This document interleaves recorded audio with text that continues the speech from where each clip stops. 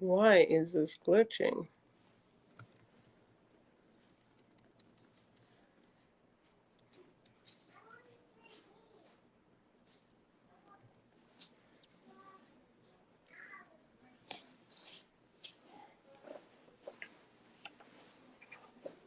Hey guys. Oh no.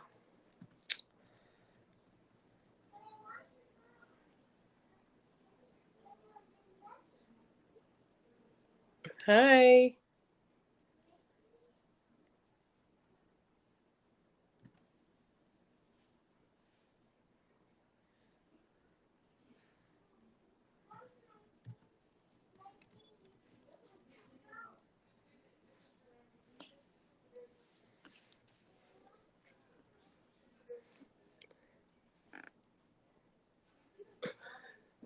Nothing much. What's going on with you?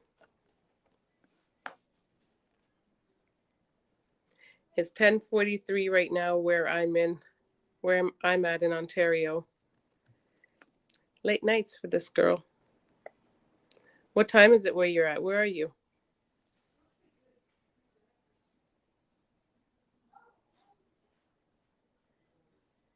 I don't even I can't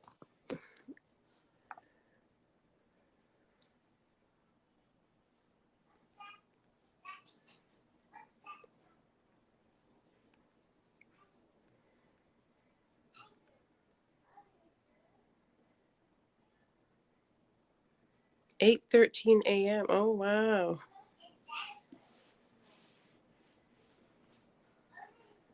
Cool. That's early.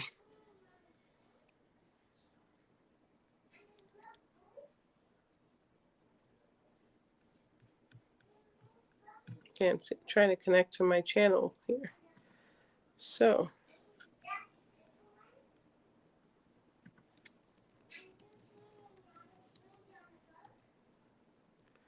it's 10:43 in North Carolina. Okay, you're on the same time wave as I am.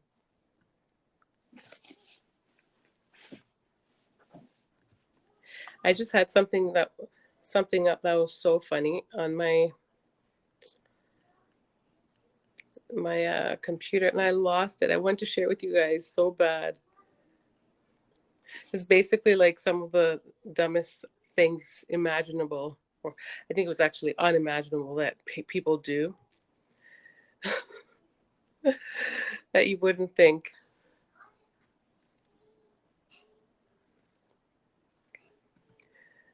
It's like an article from like BuzzFeed or something.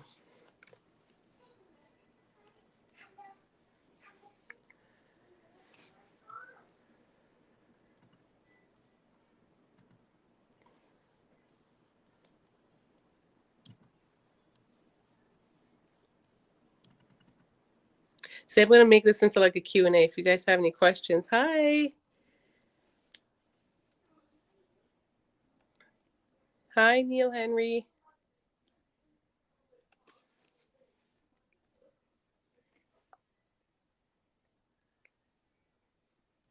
Y'all are some late nighters. I'm not even going to front. I'm usually up late too, but ugh, these days I be crashing early. Am I seeing? Why do you ask that?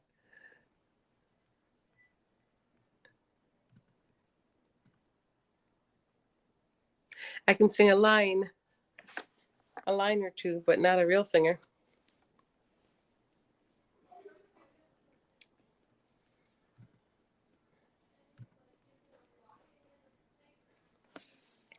Um, Netta, you're asking how the family's doing. Everyone's doing well.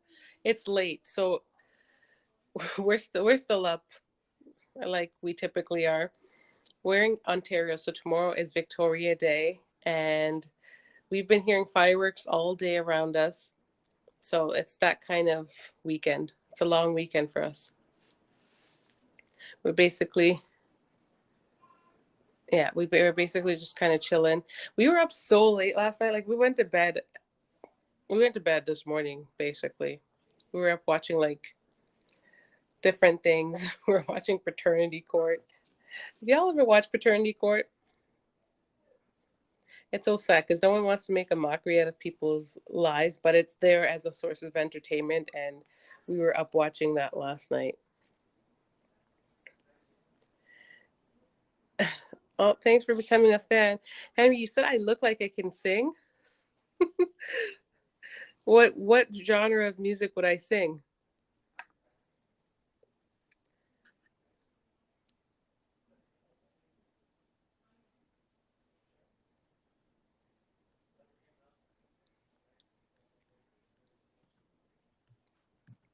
See if I can find a soul song. Okay, I hear you.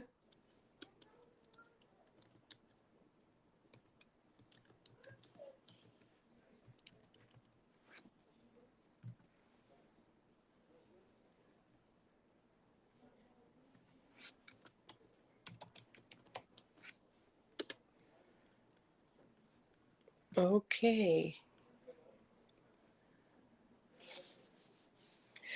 Oh my gosh, I'm so mad at myself. I had this list. Okay, let's see if I can find it again. Have you guys ever seen these lists on BuzzFeed, like 21 really dumb things people do with complete confidence?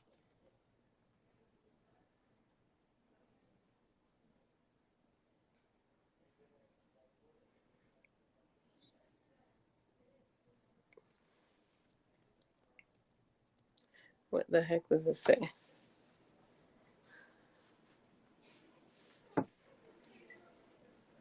I swear some of these things can't be real.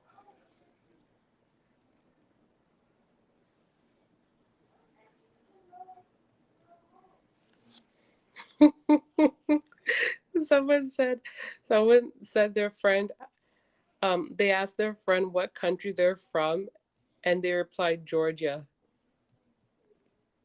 Really? They're like, oh honey, Georgia is a state, that's not a country. Oh my gosh. How come I don't meet these people? I think even if I met these people who ask questions like this, I wouldn't have the heart to be like to be rude to them.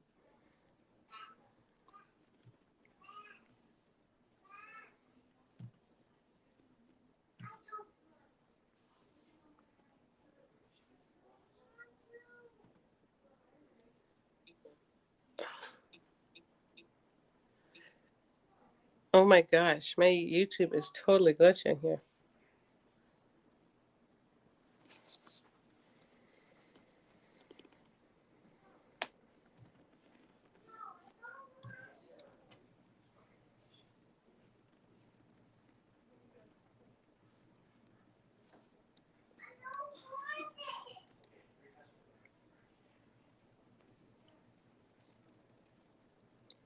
You guys, what's something interesting that you guys did today? It's also like a Q&A. If you guys are new here and you have any questions, I don't mind answering a Q&A so long as it's, appropriate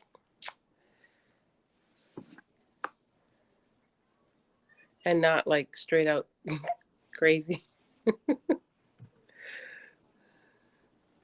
Hi, Sean. Hi, Sean. We're doing well. How are you?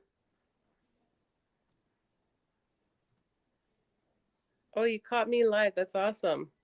Even though I'm seeing that I'm glitching here. Okay, I think I'm back. I don't know what's up with that.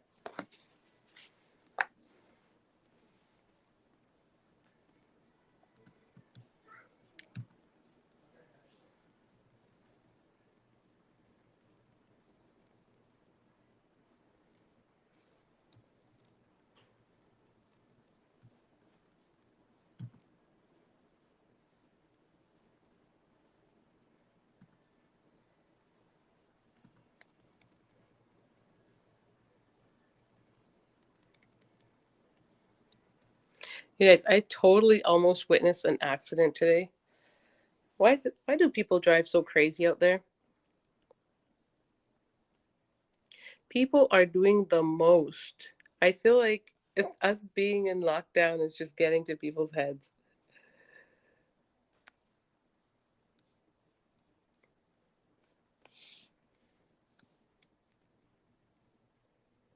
And it almost happened in front of us too, which would have mean that we could have been in one if we weren't being careful.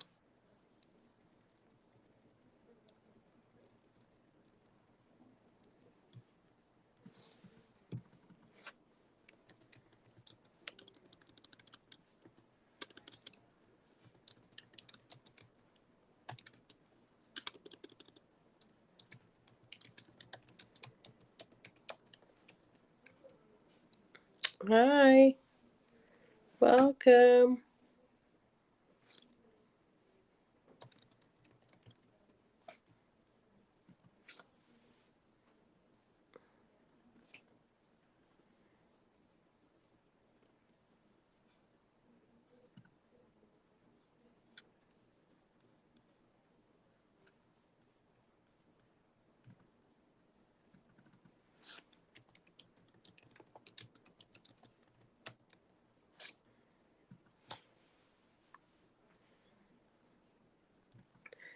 Okay, let's see this.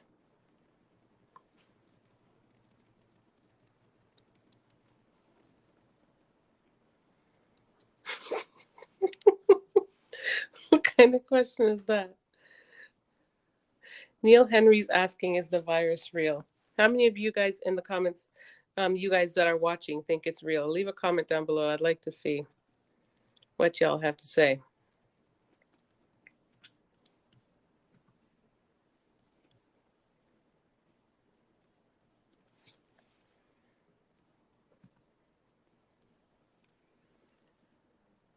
Oh, you're doing fine. Missing you guys. I know. Missing you guys too. Aw. Hey, cooking with Madame Chef. I'm curious, did you cook today, Madame Chef? What kind of meal did you make? I like your name, by the way. It's pretty cool.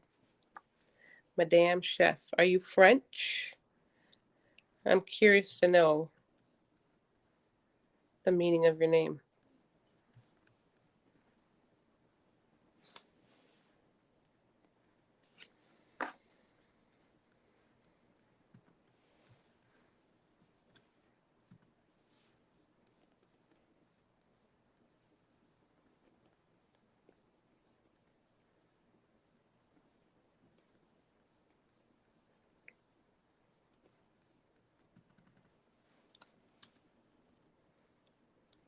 I'm curious to know, how long have you guys been here? Like, those of you that are watching on YouNow, how long have you been on this platform? This is a very new platform to me. I'm just kind of curious how long you guys have been on here.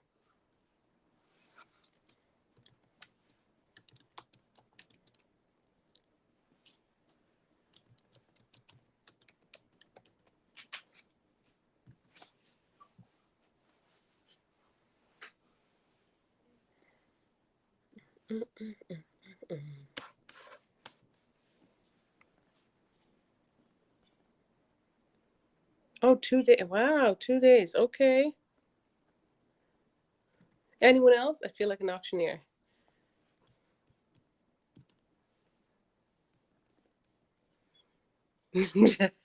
Jackie said the virus is real. I couldn't agree more. And to be fair, even if it wasn't, and I heard that it was going around, I might still be a little cautious. That's just me. Until I know for certain it's not real.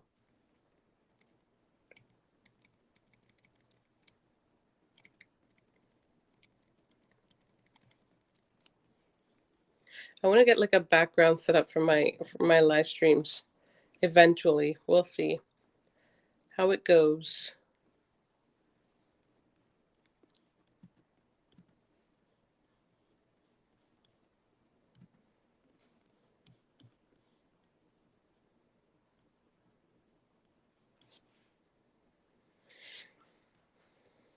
Oh,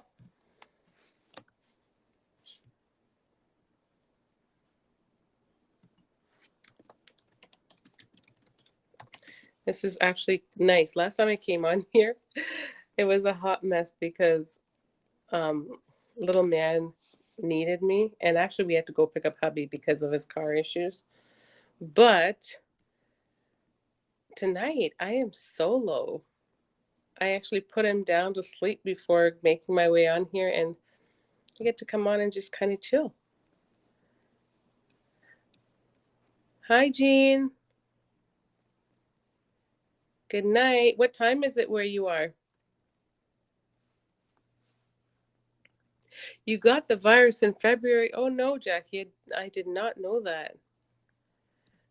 How is it sad to ask how was it? Like how was it for you?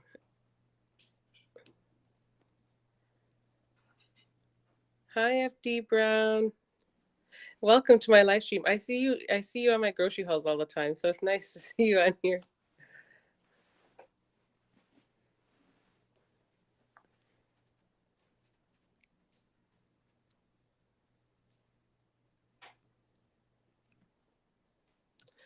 What time is it where you are right now? I'm always just curious to know because I mean, it's really cool that we can connect with people all over the world, and it's always a complete different time zone.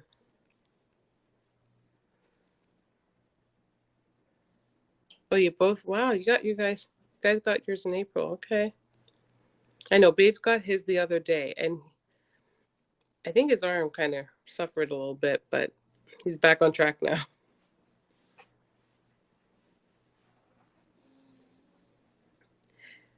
Oh, you're from Philadelphia.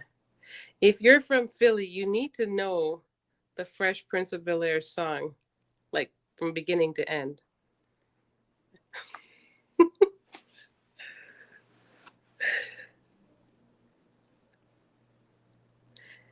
Hey, Boo. I can see you. I can see you. Trust me, I got it fixed. Te- that's weird. Yep, we have the same. We're on the same time zone, both of you guys.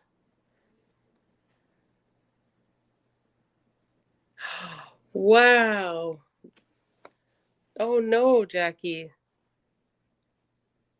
Did you have to go to the hospital for that, or were you at home?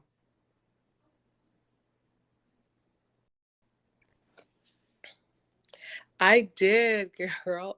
At first, I wasn't sure what the heck to do, but you know what? I ended up just doing the laptop thing. I brought my laptop, set myself up with the phone, and yeah, it's pretty easy to see both platforms. I think there's a different, an easier way that one can do it, where you kind of download this app of some kind to, infiltrate the site that I'm using, and that way I can see all your comments at once. I think. I'm not sure. Like it's called OBS or something like that. I've never used it, so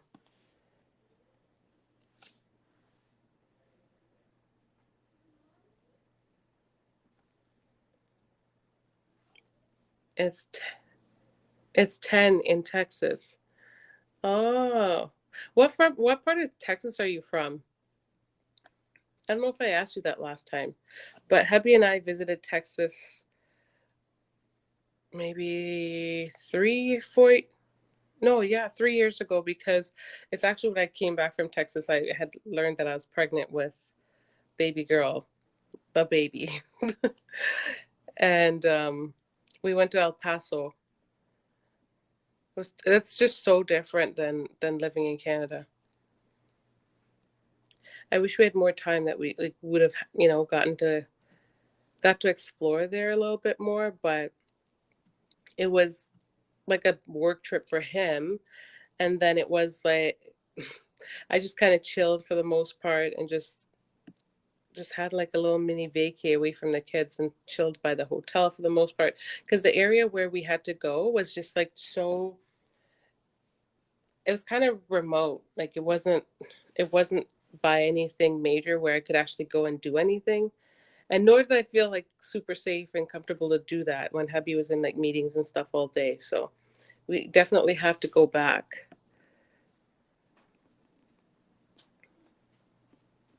Mom, Yes, are you filming? I am. What? I am. What? Why is she still up, you ask? I know. Guys, I got a camera. I got a camera. Yes, everyone knows you have a camera. Zoe's still up. It's the holiday, so I'm kind of letting her chill because we're having late nights and we're gonna wake up a little bit later. So yeah, one day isn't gonna break the whole cycle. You found me okay. I'll be in neighborhood on Monday.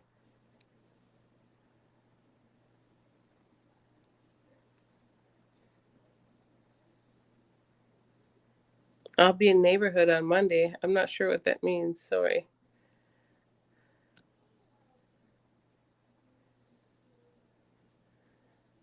Yeah, but prayers to you. Prayers to you, Jackie. You were in the hospital for 5 days. Wow. I'm happy everything went well and you're good now. It's just not the unfortunately it's not the place that anyone wants to be. I know like even when you have to go there when you're sick, it's just with all that's going on, it's crazy. I can't believe I went through like a whole pregnancy and had a baby during the pandemic. It's insane because everything was different. Like it was a lonely it was I won't say it was a lonely pregnancy because everything was fine, but it was just very lonely going to all my appointments and hubby couldn't be like he drove me and he would have to wait in the car. He couldn't be there for anything because they only allowed one person in each they only allowed one person in per visit. So we couldn't he couldn't be there for anything. The only thing I was able to have someone in for was when we found out when I went to the ultrasound that I paid for to figure out if the baby, my last baby, was a boy or a girl. And that was an earlier ultrasound. The woman allowed someone to come in, but it was a really hot day that day. So hubby stayed in the car, in the vehicle with the little one. And then I took my eldest daughter in with me and we found out together and then kind of surprised dad. That was interesting. But overall, like this whole thing just it kind of robbed from that experience, of what we were used to of him being there a certain way. But we got through it and everything went well. Someone's asking how I am. I am well. I'm a little tired. Actually, I was a little tired. The worst part of being tired is when you get over that hump of being tired and then you're wide awake because that's where I'm at right now. I'm wide awake after being exhausted because we went to bed too late. We stayed up watching Paternity Court. Mom.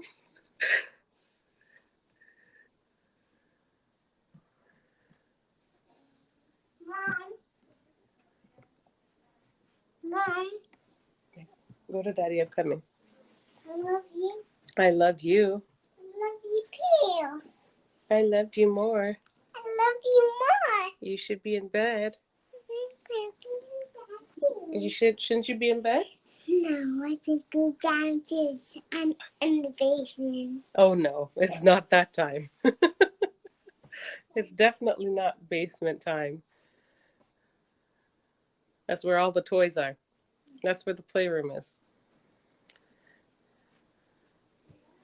Will Smith grew up in Overbrook. Okay. So that's actually really, I didn't know that he was really from there. I mean, I know he sings the intro of the Fresh Prince, but I didn't know if that was actually where he himself was from. Huh. That's good to know. Not that it changes anything in my life, but it's interesting. Hey, Michelle. Welcome. What are you doing up at 11 o'clock?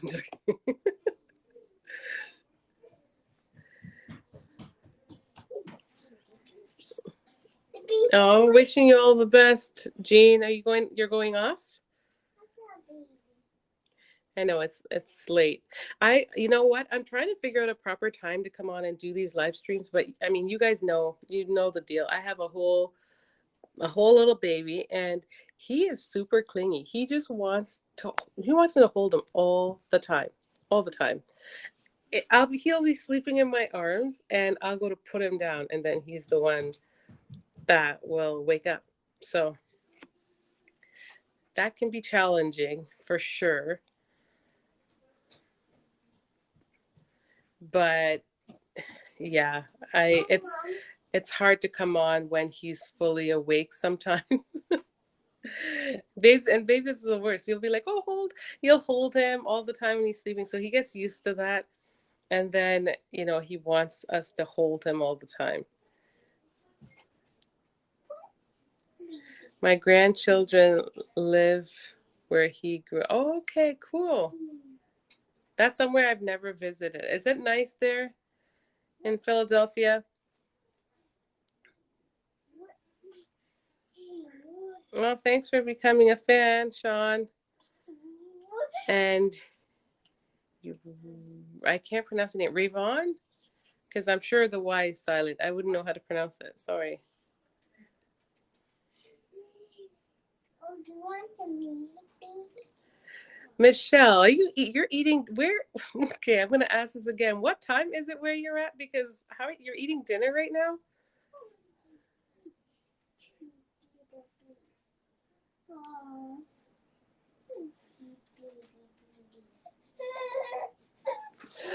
Zozo, why did you wake him up? See this little girl? She went and woke her brother up. Don't trouble him, please.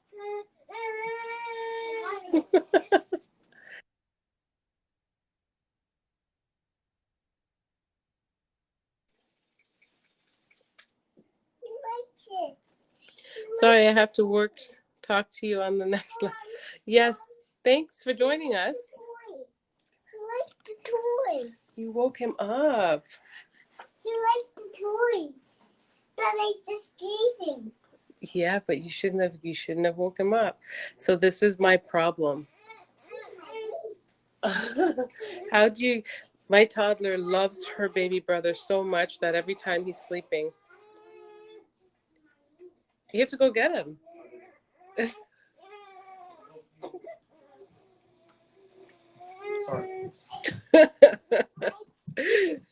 This guy in the background, he just did 45 minutes of Just Dance.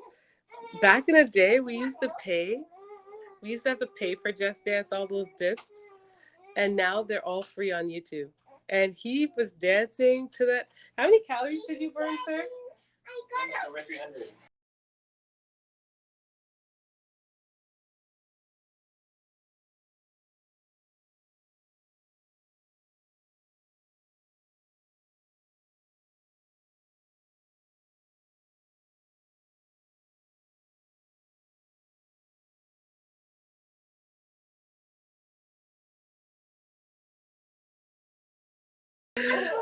wake him up. You shouldn't have. Your 1-year-old, yep. I don't know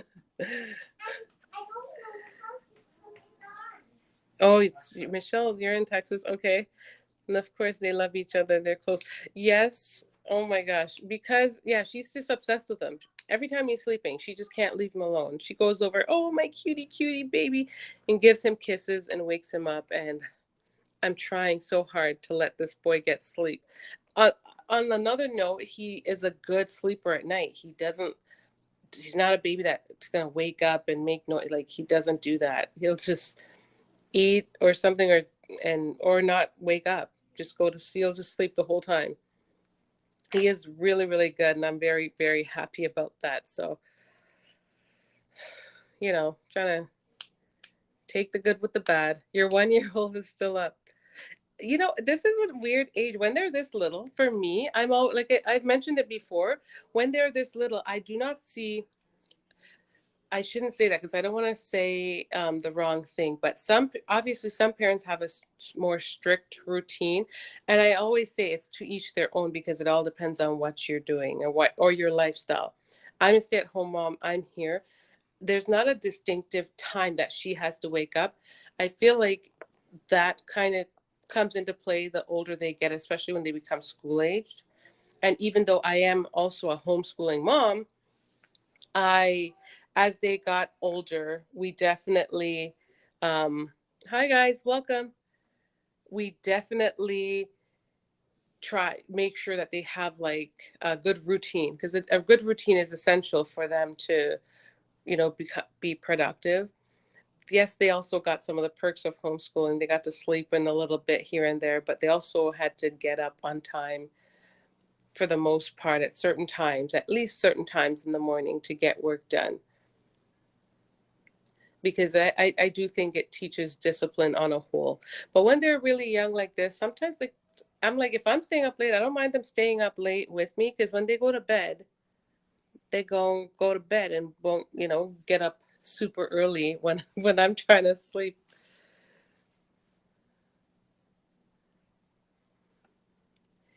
Is pineapple are, you mean are pineapples supposed to be on pizza?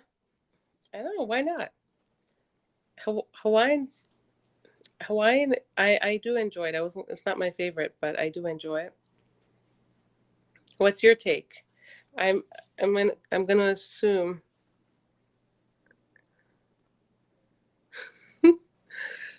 Is that a no? Do you guys think pineapples belong on pizza?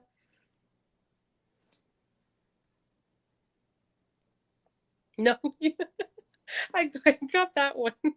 I got that one from you since you asked the question. Oh, because why shouldn't it be on pizza? I don't understand.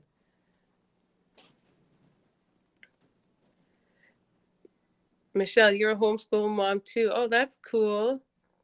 How many children do you have? Like how many are you currently homeschooling?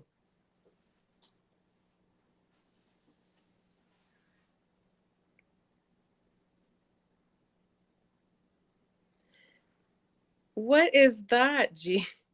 G tuna fish raisin bread? Is that a thing? That's not a thing, is it? For real? I've never heard of that.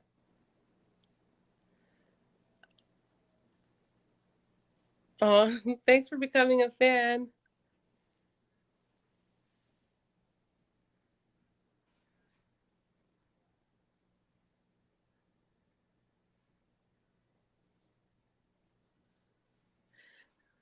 You're taking for baby number 5? Wow. Oh, are you trying? Oh, you're trying for baby number 5. Michelle, you have 4 boys. You have the exact reverse of what I had. I had 4 girls and then just had my first boy.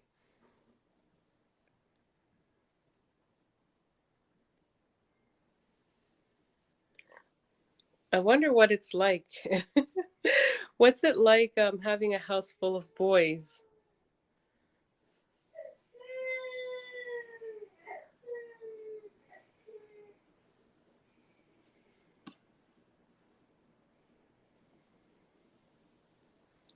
Wow, Jean, I am shocked. So this is a Jean, you said this is a real thing. This is a bread that consists of raisins and where does the tuna part come in? Like, is this like a sandwich of some kind? This, like, I know that can't be a thing. I'm trying to wrap my head around it.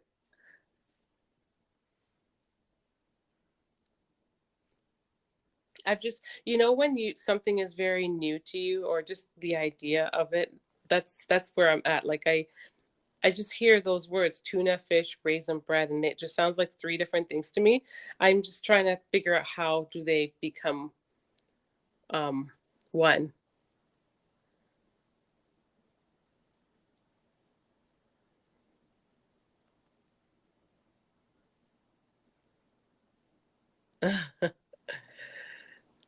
So yeah, you're trying. Okay. Baby dust. I'm sending baby dust to you, Michelle. Whatever works for me will work for you, and the opposite. All I did was stay prayed up. I don't know. People ask me all the time because on my actual mommy channel, I people follow my pregnancy journeys and such, and they're always asking like, what did I do to conceive the boy? And I'm just like, it's only it's not me. Even though I've learned, I used to hear people talk about like the whole swaying thing, and I never believed it, but it's a for real thing. Like this whole, you can sway to get one gender over the other. Like, I think ultimately it's still up to God, obviously, but I guess there is some science behind it because you're, some swimmers are faster and slower, and male swimmers are faster, girl swimmers are slower, but male swimmers don't swim as far, and female swimmers are in for the long haul. There, I got it. Michelle says she loves having a house full of boys. I'm pretty sure you're probably used to it by now, but I heard that, boys have a lot of energy. I definitely have no experience with that, but I do see a difference between my boy and my girl so far. And my boy he's only 6 months and like a bunch of days, and he is a tank. So I already feel the difference in the demand of him like eating. Um, he is a tank.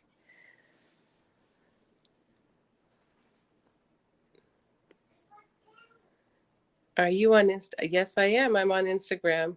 I'm on there at the Zebra Tribe Fam Vlogs. So it's the underscore zebra underscore tribe underscore vlogs. And then I'm also under I'm Sarah Latouche. That's my personal Instagram.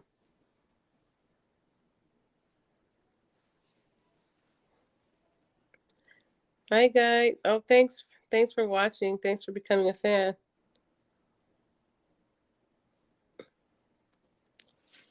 Let's Hey girl, yes exactly. I need to know I'm TTC baby number 5. Oh, you have 4 girls.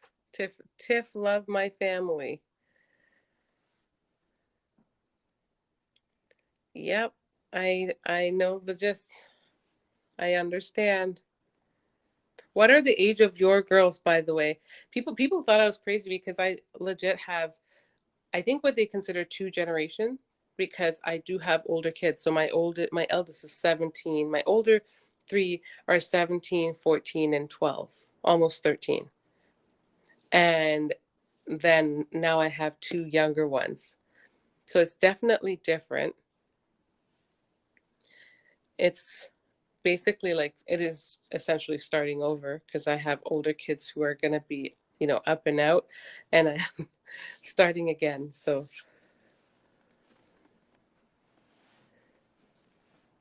eat seafood and beans. To be fair, I haven't eaten seafood in a long time because I've had some kind of a reaction and I don't know what it is. I think it's shellfish.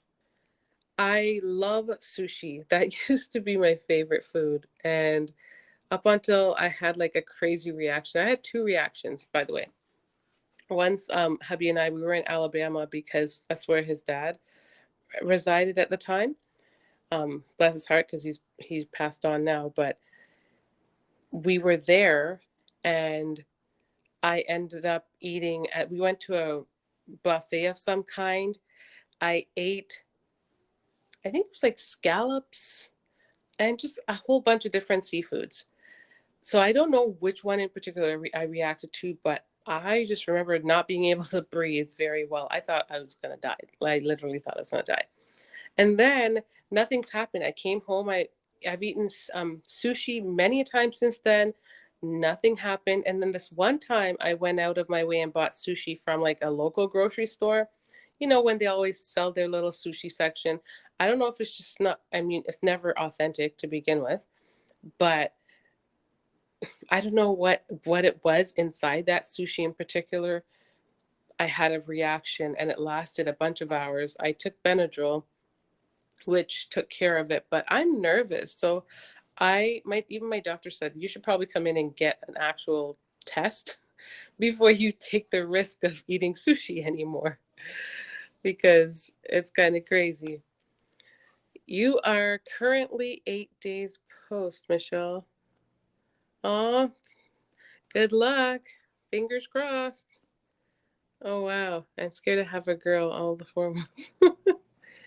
Were you on progesterone? No, I've never been on anything when TTCing. I just ate. I think one thing I think helped a ton is just exercising though. I ex it just helps with blood flow and just getting your body moving. Yeah. Hi, Life with Shanice. Yeah, I think that definitely helps, but I've never had to take anything.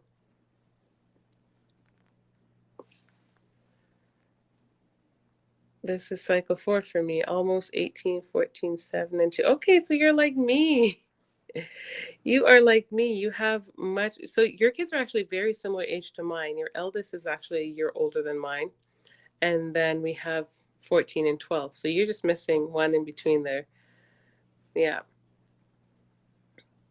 Wish you and your family the best. I'm a huge fan. Oh, thank you, the champ. I appreciate it.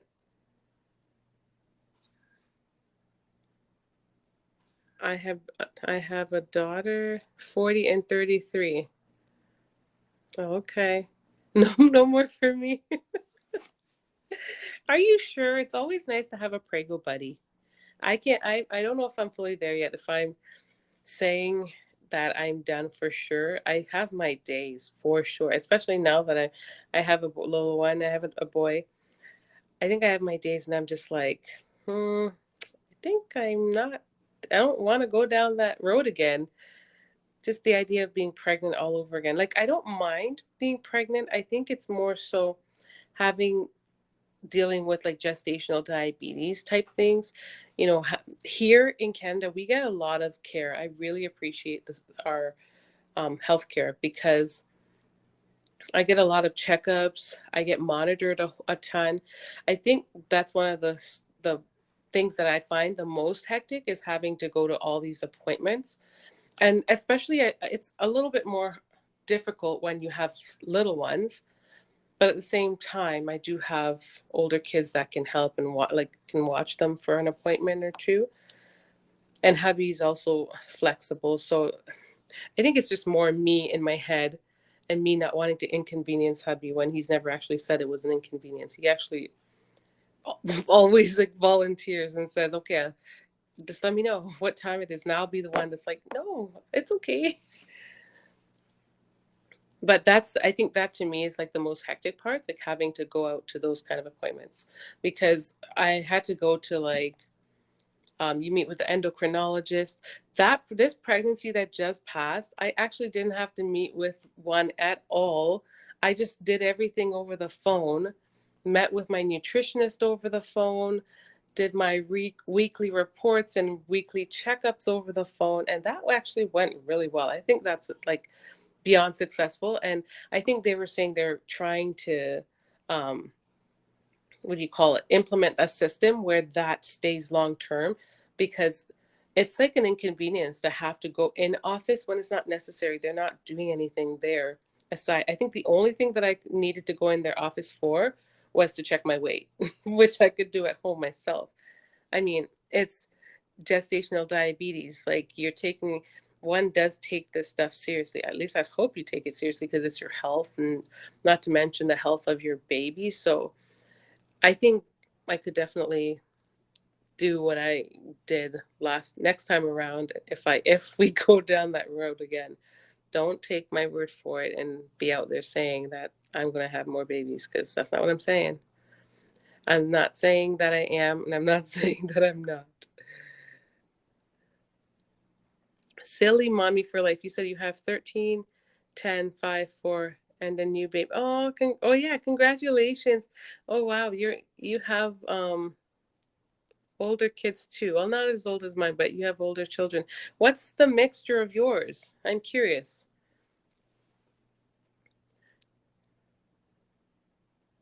Good night, Jean. Thanks for joining us. Michelle, you have 11, 7, 4, and 1. Okay. You,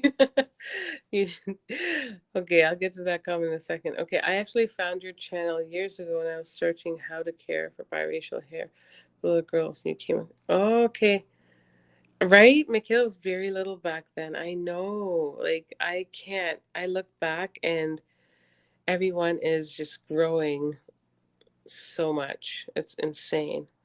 Hi, safe, Saf. I'm sorry if I'm not saying your name correctly. Welcome. Um, you need one more. You need one more boy. That's what everyone's saying. Oh, geez. You see, that's the thing. There's no guarantee. I can always go back, but what I think that's the thing that I didn't do last pregnancy either. Like, as much as I thought it would be kind of cool to mix it up and get a boy this time. At the same token, had it been a girl, I wouldn't be upset because I didn't put my mind on it like that because it's just not within my control. And I think that's, I don't know, it's just I remember when I was pregnant with my third, and I think at my in my mind I was like, oh, I'm gonna have a boy. I'm gonna have a boy. I think I felt it. I just thought it was a boy, but it clearly wasn't a boy. It was a girl. And I remember having like a little meltdown. Not, it wasn't even like a meltdown, but I broke down. I literally cried because I had my mind set on the fact that I thought it was a boy and it wasn't. So I think from that moment on, it kind of changed my mentality a little bit. And I was just like, okay, like let's not get caught up there in this type of thing because I don't want to cry about something that I have no control over. Not to mention, you're blessed to have a child. It's a big blessing and should be happy either way with whatever gender you have. I think it would be definitely nice to have a little boy, another little boy. I think there was something that said my chances have definitely increased since I've gotten older. I don't know. And not to mention, my chances of having twins increase as well. So, yeah.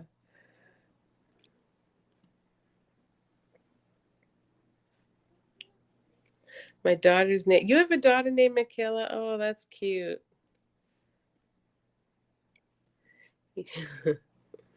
How long did you take to conceive? It depends on which time.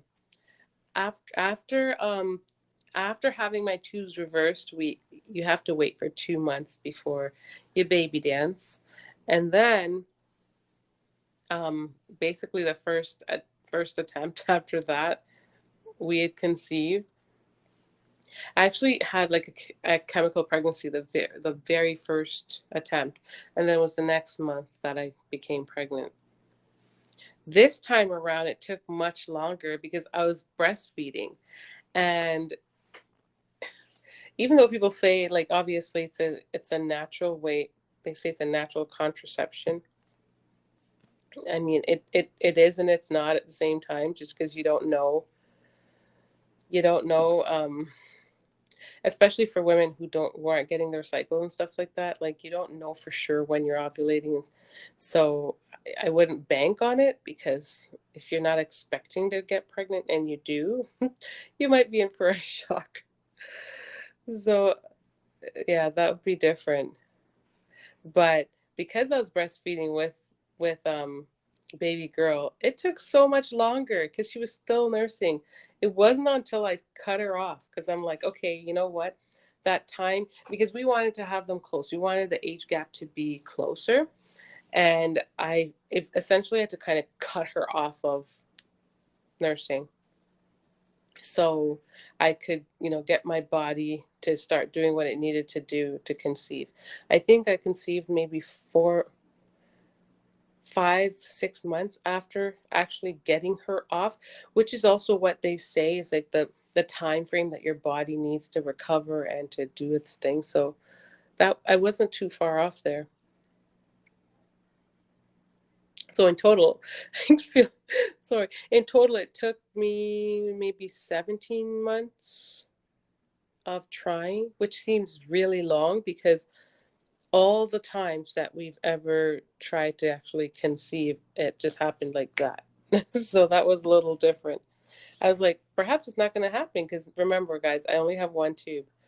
When reversing my tubes, it only did the one. So I think that does play into it, even though they tell you it doesn't. I feel like it does kind of play into it a little bit.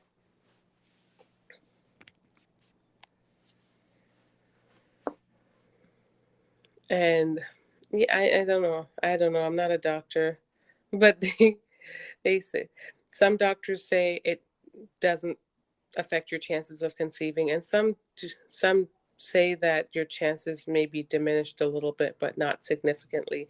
Especially if your fallopian tubes are well, is your ovaries are both functioning. I think I don't know what I'm saying. Okay. I love watching you because I'm also a biracial family. Aw, that's nice. And that's a reason. That's a part of why I started too.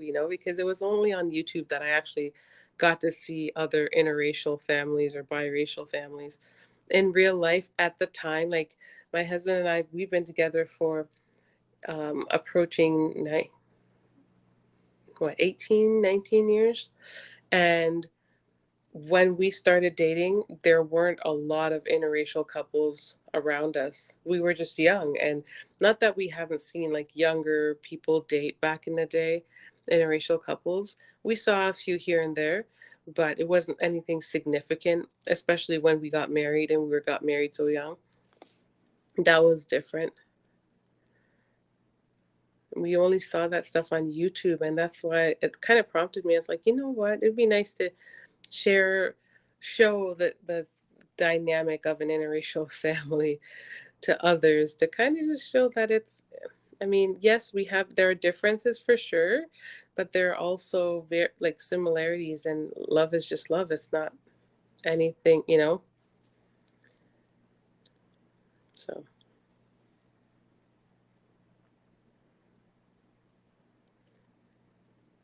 okay. Every time I watch your vlogs, you call my daughter's name. My daughter always say, hey. Oh, that's cute.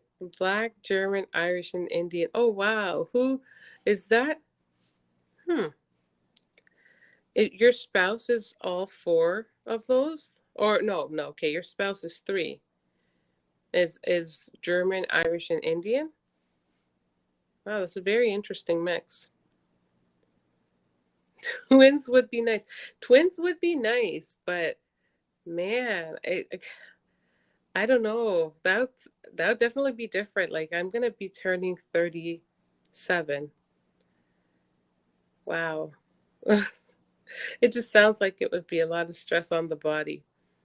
I'm not gonna, if it's meant to be, I think it would be fine because it's meant to be.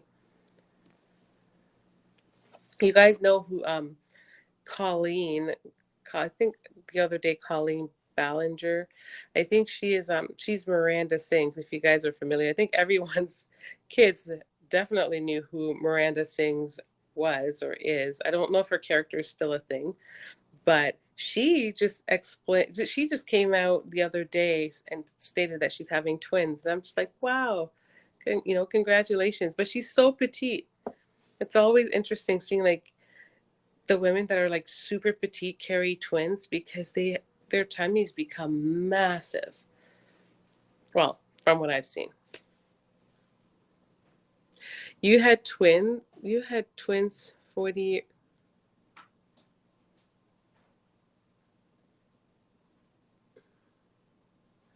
I'm not sure what you're saying. Did you said you had twins at 40 years old? And was your tubes clipped, burned, and tied? They were clipped and burned. Yeah. Oh, your home is interracial as well. That's cool. You know, I didn't know that.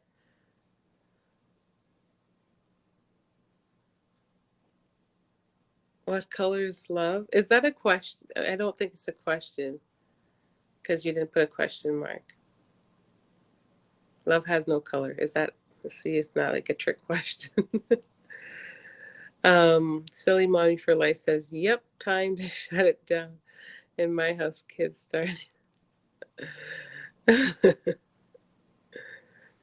Do twins run in your family? Yes. My father's a twin. So, but no one so far, no one of like offspring wise have had twins. I don't even think any of his actual siblings have had twins. No, not that I know of. No.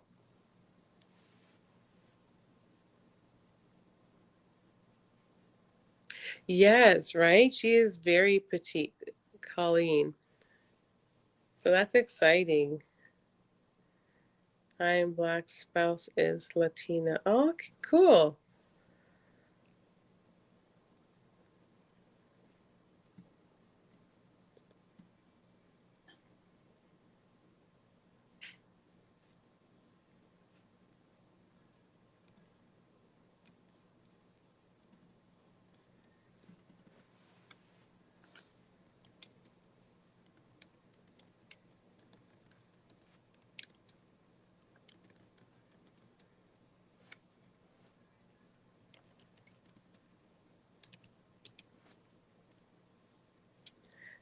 I wish I could have found that list I was trying to show you guys before.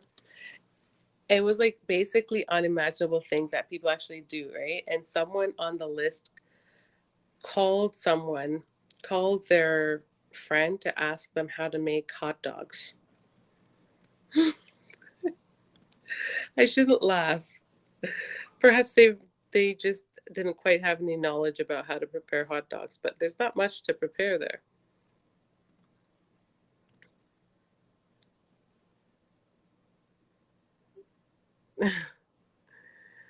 My grandmother had 3 sets of twins. Wow.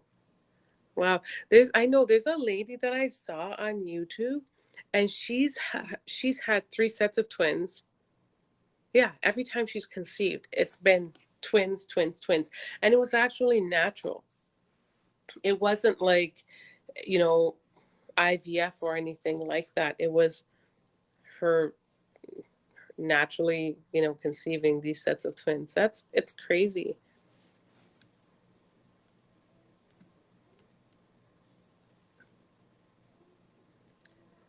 Zoe has the cutest dance.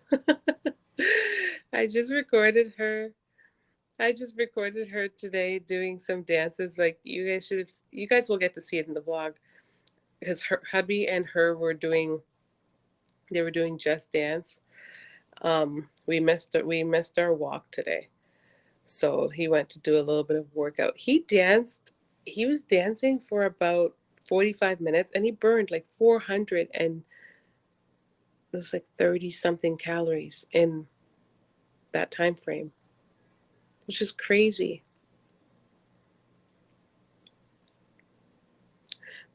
I know, right? Hot dogs. How to cook hot dogs. So, I mean, you know what though? I remember as a kid when I used to visit the US because if you guys know I'm in Toronto, Ontario, Canada, and when I used to visit my biological mother, she lives in the US, and when I would go there, when we would go to the grocery store, I'd always see like different like kids eating hot dogs because for some reason when I'm over there in the US visiting, people like open packets and will give their kids stuff because they know they're going to go pay for it. We don't see that here a ton. I don't know what it is. It's why if Canadians just don't do it or why it's just so different. But I remember seeing kids like eat hot dogs like cold hot dog straight from the packet. And I would be wondering, like, why? How are they doing that? Until I learned that they obviously are pre-cooked. Because growing up, I don't know. It's not that I didn't that it was never in my house, but I never ate hot dogs like that. And as a kid, you yourself, you're not necessarily reading the package. The package does say that on there that they're pre-cooked.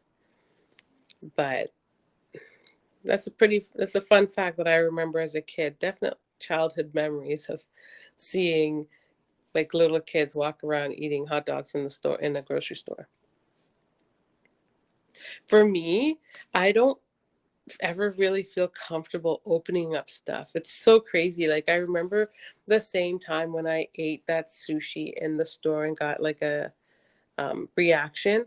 I was starting to feel so ill, and felt like I wanted to get something to drink, and I didn't even want to open up the water before I checked out, just because I was so I don't know. I just felt some type of way opening it before cashing out, just so people don't think I'm like, I think it's probably like a thing. You don't want them to think that you're shoplifting, even though you know you're going to pay for it. So that's something that's very different here. I don't see a lot of people opening stuff like that.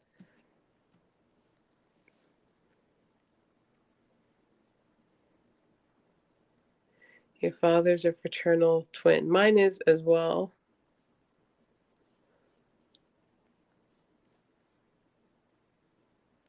Hot dog omelets. Yum.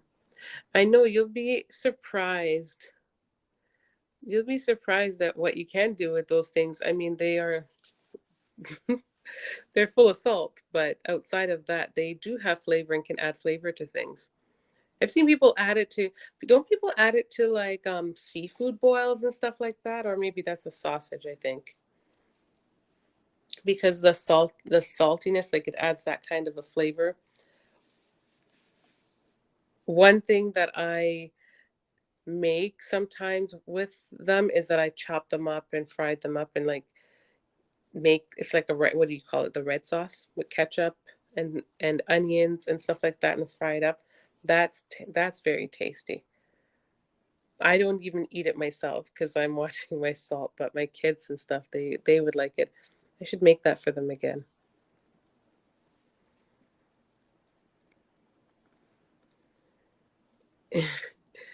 Baka says, "Where's the barbecue at?" I'm not sure what that means. There's no barbecue happening on this side of the mountain.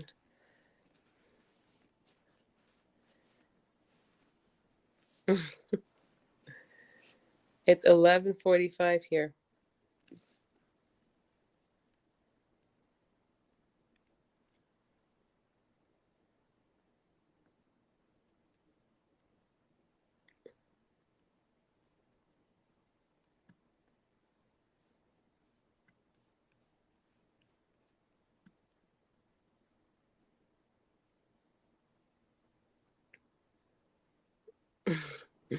Oh, thank you.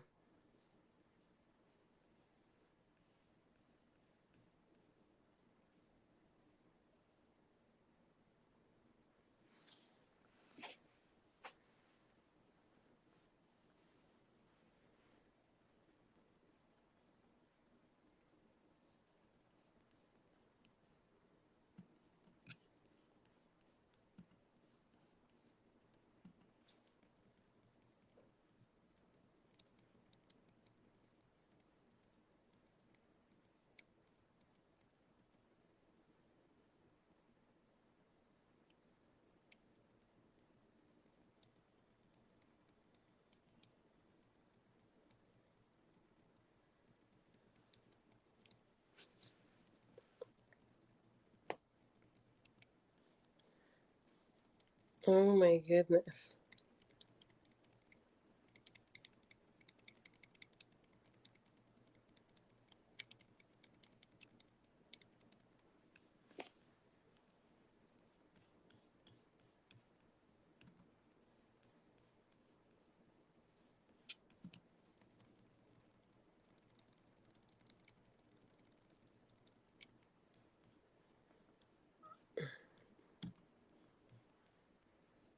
Okay, I'm not seeing some of the comments, but I am on YouTube anyway.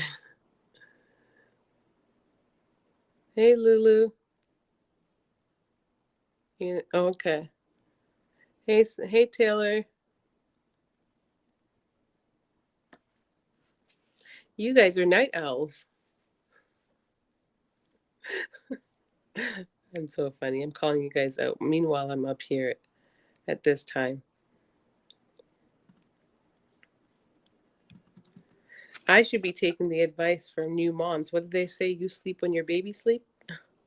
My baby's sleeping.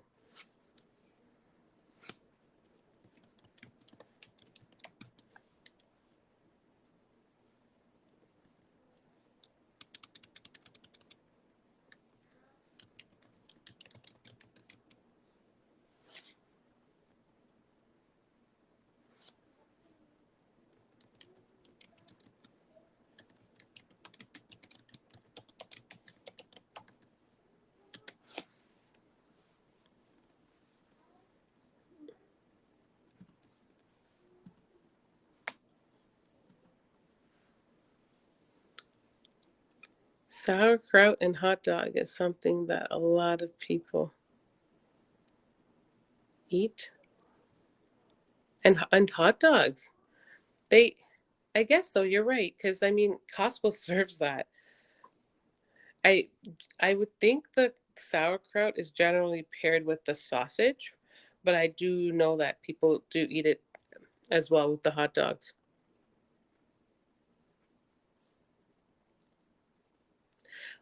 That would be so different, Lulu, living in NYC. Oh my gosh, I would probably suffer from insomnia because I can imagine, you're right, it's a city that never sleeps. Like you probably have to work hard to program your body to go to sleep with all that's around you. I'd have to have like black curtains, probably sleep with those ear stuff. What do you call them? Noise blockers. I sound no. Yeah, I would have to do something or another because I can imagine it would be so hard. Mind you, when we visited a few years back, it's not like I was trying to. I mean, we slept, but it was a trip, it was vacation. So it wasn't like, oh my gosh, let's go to bed and have to function tomorrow. I can imagine.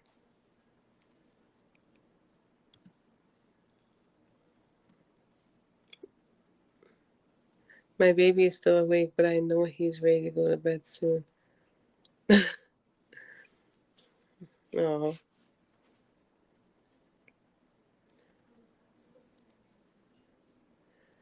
only on occasion. Hot dogs not good for gout. Oh, okay. Probably not. Yeah.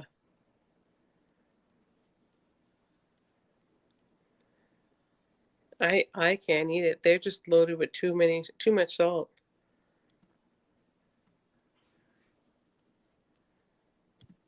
Like I'm I'm at the borderline with the blood pressure, so I have to watch it. It's either I control it via diet or I can go on like the meds to control it, which I don't want to do. Not right now.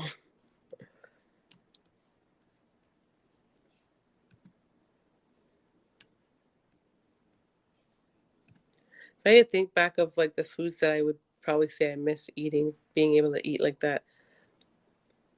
Hot dog, I could pass on the hot dog. Cherry juice works. Hmm.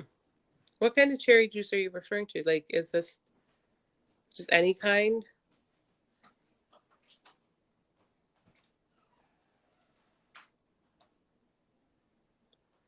After a while, you get used to it and live by. I live by a highway and a hospital, so constantly hearing the ambulance. Wow. I guess so. Yeah, you would definitely have to get used to that.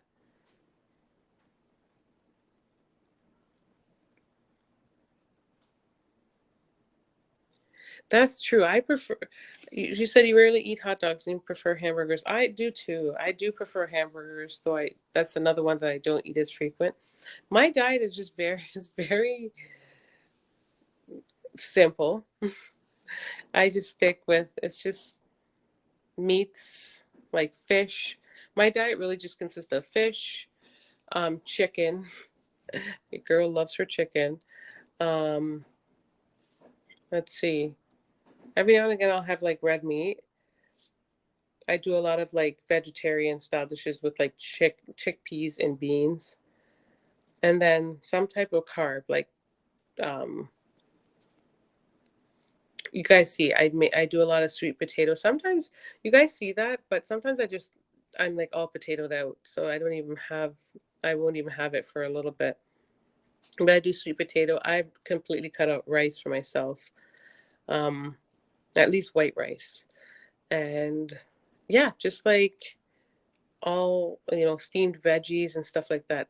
Those are like the main things that I eat a lot of, especially with the eating a particular way with my diet, like having blood pressure issues.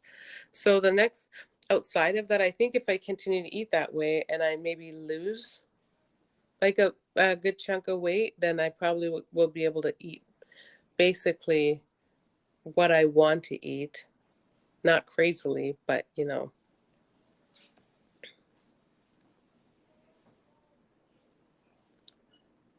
Yes, I curried my sweet potato recently and I really enjoyed it.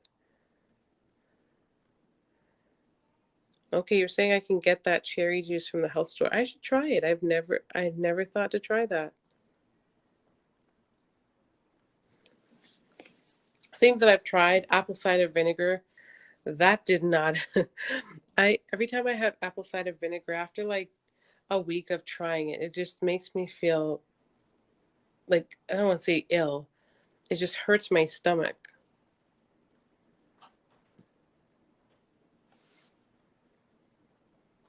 Or oh no, scrambled eggs. Oh no. Oh no. Oh no.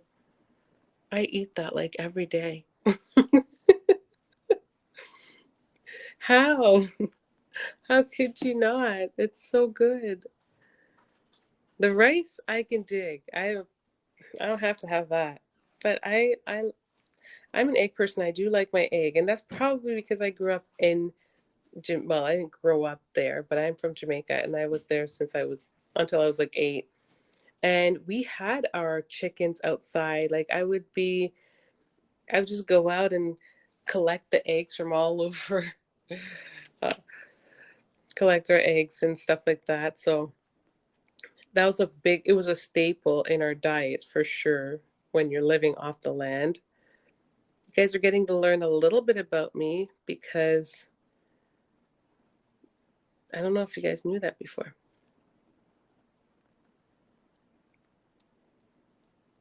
It's not sweet potato. Oh, did you say sweet potato yam? Okay, it's not sweet. Okay. Soursop juice helps the blood pressure. We don't have that here. I could not find that here. Not in Canada, anyways. Rice is a staple around the world. I know. Unfortunately, white rice is just not that good for you.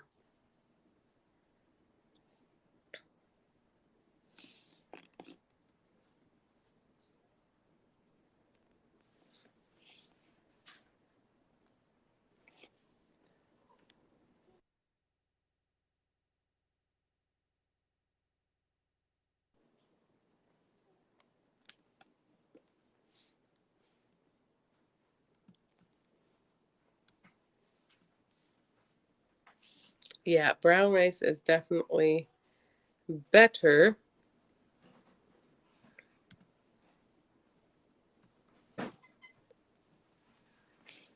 Oh, thank you. Little man asleep now? Good stuff.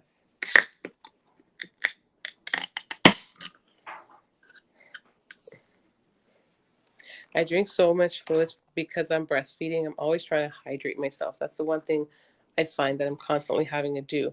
However, I'm trying to cut it off. I'm trying not to drink too much liquids going to bed because it disrupts my sleep. Am I the only one that feels that way? Or do you guys not mind? I know some people like they actually sleep with the water bottle beside their bed, which I've been guilty of for years and years. But I guess it catches up to you when you are an actual like mom to a newborn who, you know, you're busy taking care of all the time. You don't want to wake up at night when you're getting good sleep. You just want to sleep. And yeah.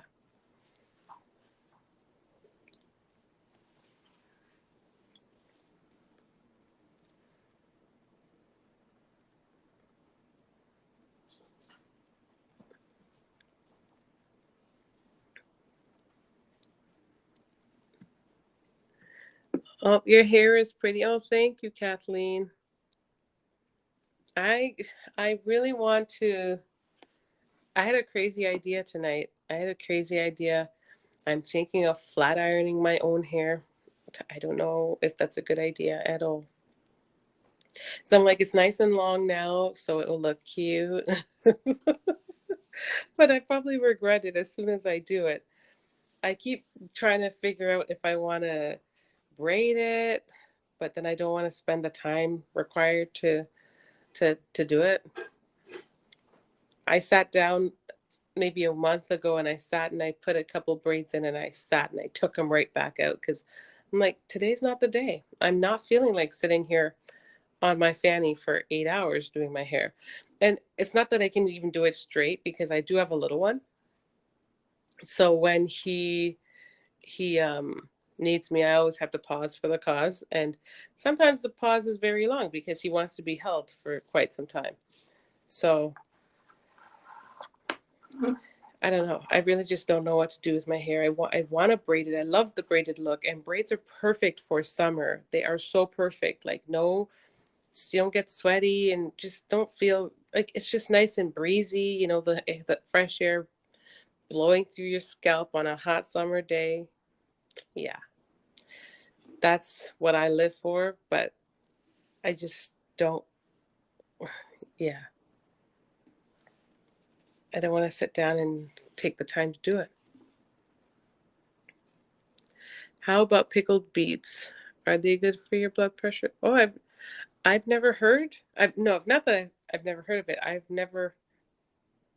heard of pickled beets. Just haven't heard of it being linked to blood pressure. I'm not quite sure about that. You're saying, oh, bladder overflow. Well, yeah, probably bladder overflow because I drink so much, and I mean, I don't know. Yeah, I'll drink to not only hydrate myself because once again, I'm not on blood pressure medication, so I'm trying to also keep myself hydrated.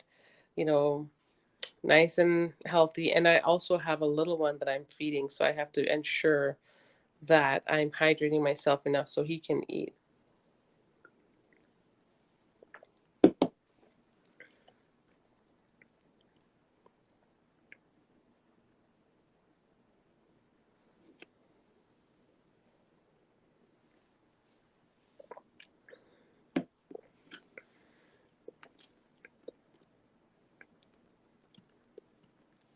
You drink lots of water at night because of your sinus issues? How does that help your sinuses? I guess it just clears up your nose, clears up.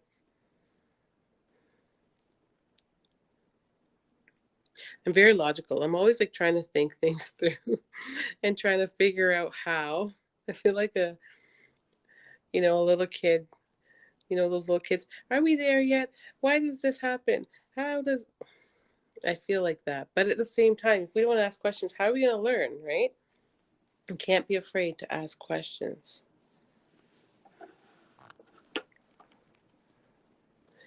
No braids for me anymore. I have natural frosting gray hair. That's nice. Gray hair is nice.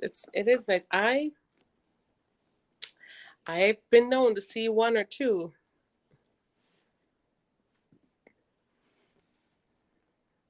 in my hair, I should say, in my in my hair. Oh jeez. You can invite your sister over for a visit. When she gets there, you could say, "I have an idea. Let's braid my hair." she would braid it for me for sure. We're still in lockdown here in Ontario. I saw a funny I saw a funny was it a meme that someone did the other day of how everyone else is handling this whole pandemic around the world, and it was like in China it disappeared, the virus disappeared in such a short time, and they had like such large numbers over there. It, and then a list of all these other countries that happened that it, disappeared. It's not to say it disappeared, but they aren't in lockdown, extensive lockdown like we are. And then in Canada, we've been in lockdown like forever. I know it's for the best, I get it, but we've been in lockdown and forever. And when I say lockdown, I still mean like we are only doing curbside pickup for like for any stores that are outside of grocery stores. Everything else is considered um, non-essential. So the grocery store, you can go and shop for food, but a lot of the other things are considered non-essential. You can't. I couldn't even buy a pot. Like hubby went to Costco, and the the pot section was closed. It was barred off. You can only buy groceries. I thought to myself, this is interesting because like if I need to cook, if I have no pots at home and I need a pot to cook, or maybe if I had no credit card either, because I mean, I know everyone's going to say go to Amazon, but what about the people who don't have credit cards and they can't order from Amazon? I found that interesting. And but then when I did the grocery haul yesterday and I edited it, I was looking at it and I was like, huh, we bought a dog bed, an entire dog bed. And that somehow was considered essential. Like it was available to us. We were able to buy an entire dog bed, but we were not able to buy pots. Something is not right. What would Madeline say? Something is quite wrong. That's what she'd say.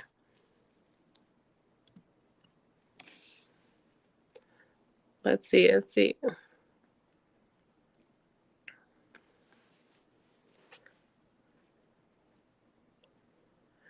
Exactly. I just told my kids that now they're trying to eat late at night.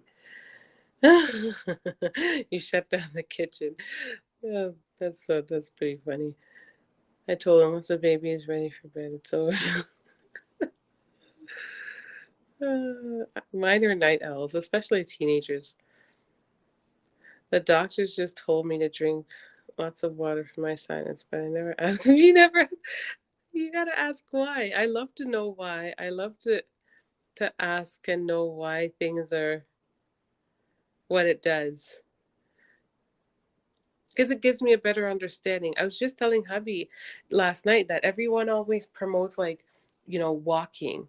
And they're like, walking is good. It's the best exercise. And you should walk for 30 minutes and like no less than 30 minutes, 30 minutes or more. And you should walk for 5 times a week. But then I'm like, why? Yes, of course, it's being active, but why do they promote walking so much? And then I did my own little research, and there's like a series of reasons. I guess it's a good fat burner, and you can do it without putting excess stress on the body, and it burns. Um, yeah, it's a moderate. It can be a moderate to. It actually can be any form of an exercise really.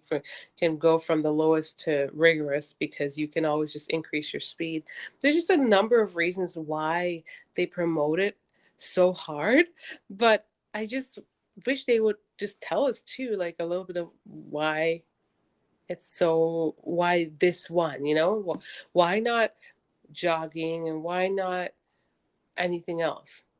I'm not saying that they're telling us not to do those things, but I'm just curious, like, they should explain more. I think when you explain things, people have a better understanding and then they might stick to it. They might stick to it more, or they just feel educated. It's important to feel educated about certain things that you're dealing with because you are your what they say, not just an advocate for yourself, but you're the one living with yourself, it's important to kind of know, right? Hi, hi, Nod. Our numbers are very low. Oh, that's awesome. We aren't in lockdown and lots of people are going out without masks. That's great. Like, that's exactly what we're all waiting for, so we can just get on with life. It feels surreal, like so surreal. Yeah. Hi, Cedra.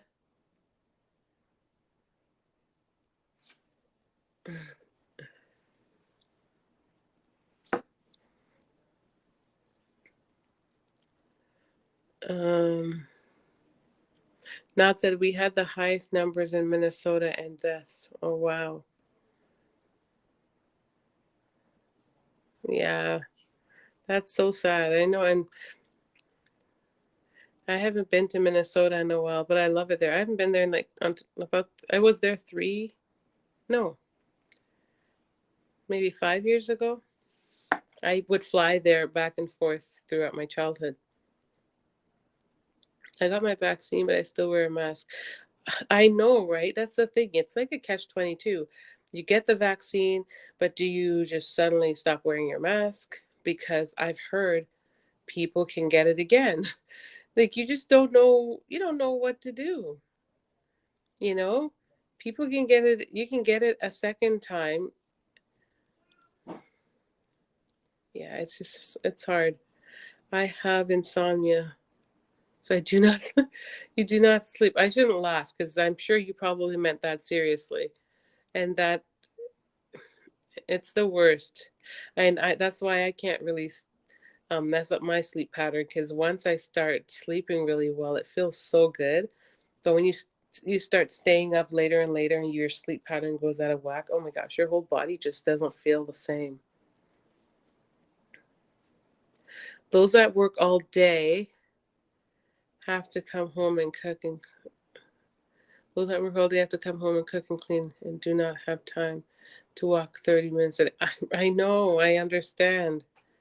And that's the thing, you know what? Even though I'm a stay-at-home mom, there's always so many jobs to be done all the time when you have kids. So even though I'm not at work all day and I'm here, it's still I have to make choices and squeezing myself into my day is actually like I'm learning more and more that it's important and I'm trying to do it more and more. For those of you that are watching, by the way, that are on YouNow, don't hesitate to hit the like button, guys, on here.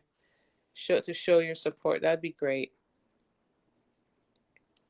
Um, yeah, I'm realizing more and more that I have to um, just find the time for myself and schedule it in because I'm important too. And I can't just keep putting myself off and not doing anything like in terms of my fitness. And because I find that if I keep going, oh, I'll do it later when the kids go to sleep, it just never gets done. I will. This morning, we went to bed hecka late last night, and when I say last night, it was this morning at like 4 o'clock in the morning. Okay, pretend you never even heard that. We went to bed so late, but I woke up still early in the morning with the kids, and I came downstairs and worked out for 45 minutes. I did a walking exercise, but it was like a walking slash run slash lift. It had um, all these different elements to it, like and it was actually really good and really refreshing. And throughout the day, I had a boost of energy that I probably wouldn't have had otherwise. But that's what I mean, like factoring in time for myself and just trying to get the job done. The job is taking care of myself. That's important. And if I can only, even if it's just half hour, I'm good. So that's the one thing, Nod. Like if you find that you aren't able to make time, like maybe you have to look at the other things that you're doing and kind of think, do I have to do that one right now? Because even if you can't, I mean, it's nice to want to be active 7 days a week, but sometimes it's not feasible. I mean, it's barely feasible at times for people to try to be active once or twice. But even if you can just do it a few times a day and you shift it up and maybe switch something out and make room for your workout that one day, you can try to make up a time to do whatever else was in place of that some other time. Just a thought. I'm wearing a mask. I only have one kidney. Yeah, that it's smart too. I have yet to wear a mask or take a vaccine. Had COVID, my blood heal itself. Oh, you have? Wow, that's amazing. Hi, Shaysha. Shy. Maybe I. I'm so sorry if I'm saying your name wrong. You take several walks a day. That's awesome, Jean. I wished, I wished you lived close by, girl, because we could be out walking. It's my jam. You guys don't understand. Like when, so with my first three kids, the first one I gained 100 pounds. 100. I gained a whole 100 pounds, so I had that to lose. How did I get rid of it? I did go to the gym for sure, but I did a lot of walking. I walked with Leslie Sanson at home. I'm telling you, the commitment was real.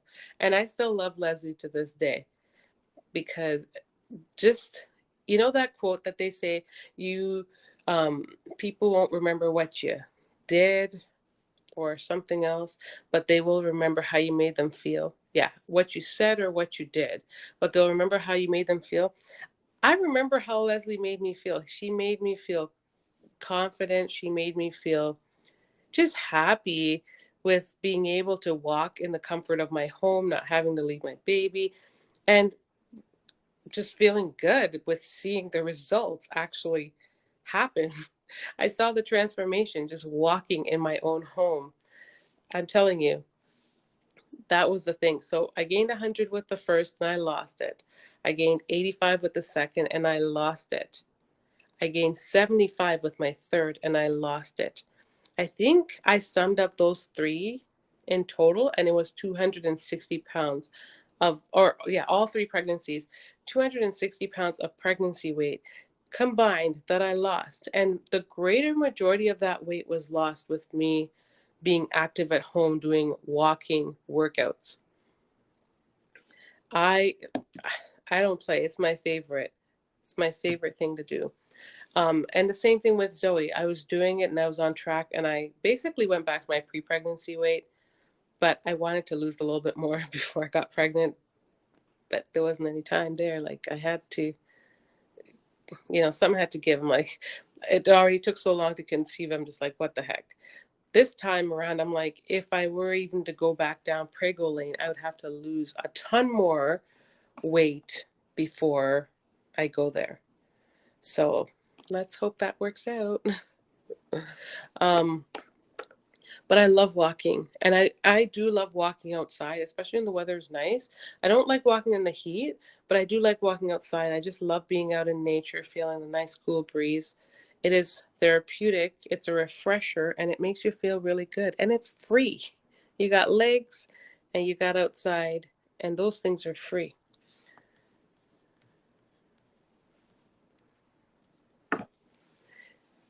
I know it is getting better. Yeah, I think so too. For us, you know, I'm trying to see the light at the end of the tunnel for us just because we have been in lockdown for so long. It's like the never ending journey, really. But I don't want to think negative. I'm just honestly at this point in life, I feel like I just keep going with the flow, rolling with the punches type thing. Hey, CM4. It's just one of those things. I am basically rolling with the punches, but I'm hoping that the outcome will be good. Especially if we're all doing what we're supposed to. I did get the vaccine. Oh, that's good. Michelle said, "You're back. You done left and you came back. That's awesome. Thank you." Not Jackson. Any little noise wakes me up. Girl, me too. I am the worst. My kids will get up to go to the washroom, and I'm like, I can hear, like, I hear them.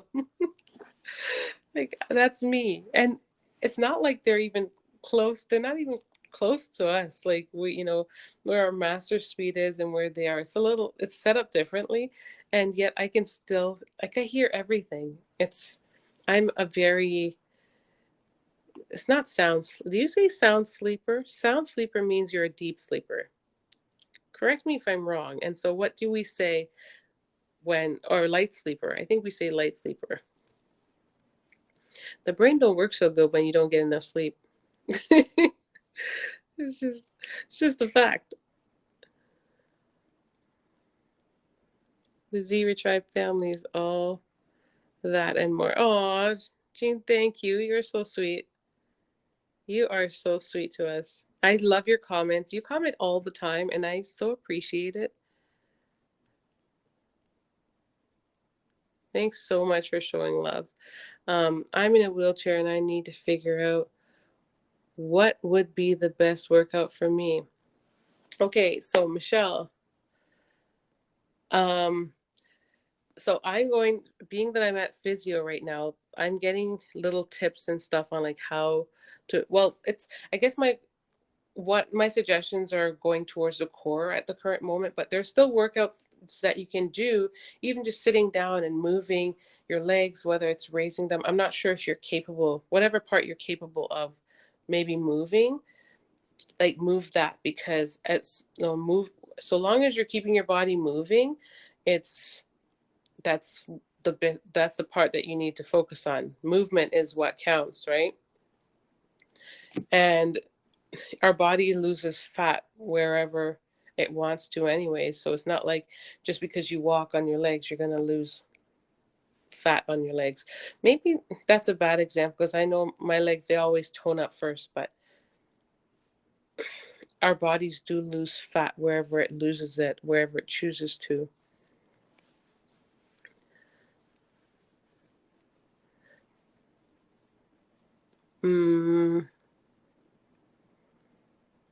Okay, let's see.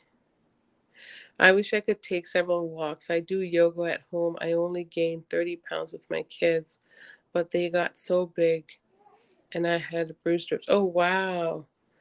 Wow, you sound like you're very petite. Yoga is good. I know it's just a commitment with doing it. I should do it. It's challenging when you have a little bit more weight on, but it definitely, I don't know, I should do it. I remember seeing this it's called DDP yoga on YouTube. And it's this man who lost a significant amount of weight doing yoga, like 100 pounds. He couldn't even walk well because he was like a shooter. He was like a pilot, or no, what was he? He was that jumper inside the army. What do you call that guy who jumps out of the airplane? I'm not sure what they do when they be jumping out the airplane, but that's what he was. And so he kept jumping out of the airplanes, and he landed. He always, you land on your feet, but if it affected his knees after a while, so he couldn't walk very well, and he was using a wheelchair. And he did yoga for like a year, and because of that, he gained a ton of weight, and he did yoga continuously, and he was capable of doing so much. Like, he lost a ton of weight and he gained his mobility back. He looked like an entirely different person, y'all. Like, you guys should check it out. It's called DDP Yoga because it's still there. And I don't remember the song that they're playing in it, but I just love that song. It's so motivating, and it always makes me cry because it's kind of like a sad song, but the lyrics have such good, strong meaning, and words. It's very touching thinking about it, just because that's amazing what he was capable of doing. It's an amazing transformation. That's all I can say. Um, I have to walk since I can't nurse. Sorry. I have to walk since I can't nurse a baby. I'm not I'm not sure I understand that. Sorry. I do not think we'll be in lockdown too much longer in Minnesota. Too longer. Minnesota is not. Oh, okay. And are your numbers going down there? Light. Thanks, not for correcting that. Yeah, light sleeper. That's right. My family can't get the vaccine because I'm highly allergic to them. When I was 2, I had a reaction to DTaP vaccine. Oh, okay. I know that's the thing too.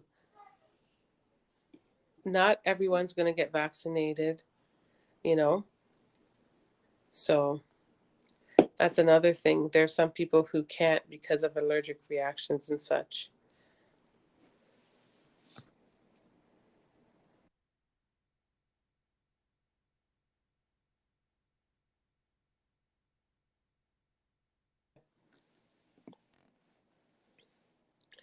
Um, it does not. Baby just went to sleep. Yeah, I know. Those trying to go to bed. You're welcome, pretty lady. Oh, thank you. Not petite, Sarah. 180 pounds. So hard to lose weight. Oh man, it is. It is one of the hardest things to do. Like you guys see me here now. Like I can see the difference in my body. It is transforming. I on my mommy channel, I've been doing all these hauls because I basically I bought a ton of stuff in terms of like clothing, trying to find something to wear because I'm in this in between stage. My pre-pregnancy clothes, they don't fit yet. They still can't fit. My maternity clothes are too big, and I'm the one that's been typically guilty of kind of just wearing whatever little group of clothing I can find in here and will stick with that endlessly, even though, and it puts me in a rut. I'm going to be the one to say it puts me in a rut and a bit of a funk because I don't feel good about what I'm wearing or what I'm putting on because it's not interesting clothes. I'm just putting on what I have to put on. However, this year, because of all that's happened in last year, I'm just like, no, I'm not going to do that. Like, I'm living right now. So I'm going to get myself some clothes for the now. And that's what I'm doing, you know? Uh, so I did a bunch of hauls on my mommy channel showing like all these clothes that, and trying on all these clothes that I got. If you guys aren't familiar with my channel, definitely check it out. It's called I'm Sarah Latouche. Um, it's on, like, I've been posting various. I think I'm still trying to figure out my style. I don't know what the heck my style is. My style right now is just comfort. My style right now is just I need to feed my baby when my baby's hungry. So I can't be wearing anything fancy or anything that's not nursing friendly, but I also don't want to, it doesn't have to be like nursing clothes. It just needs to be clothes that's nursing friendly. It's it's just rolling with the punches, you know? We just do what we got to do. But yeah, that's it's just mom life at the current moment. Um but yeah, the weight is so hard to come off. Now that I'm trying on clothes all the time.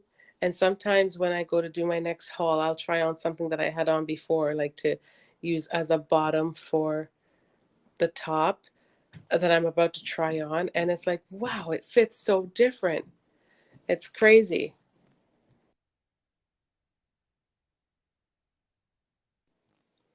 I was checking on the logo. That's okay. But yeah, it's pretty crazy in seeing the transformation, but the scale doesn't move. The scale hasn't moved. And this is why they tell you don't look at the scale because the scale fools you. Like I will be thinking that nothing's happening and according to the scale, and it can be so discouraging if you're staring at a number. But the reality for me is that the number doesn't mean anything because I can feel the clothes getting looser on me that I tried on like a month ago.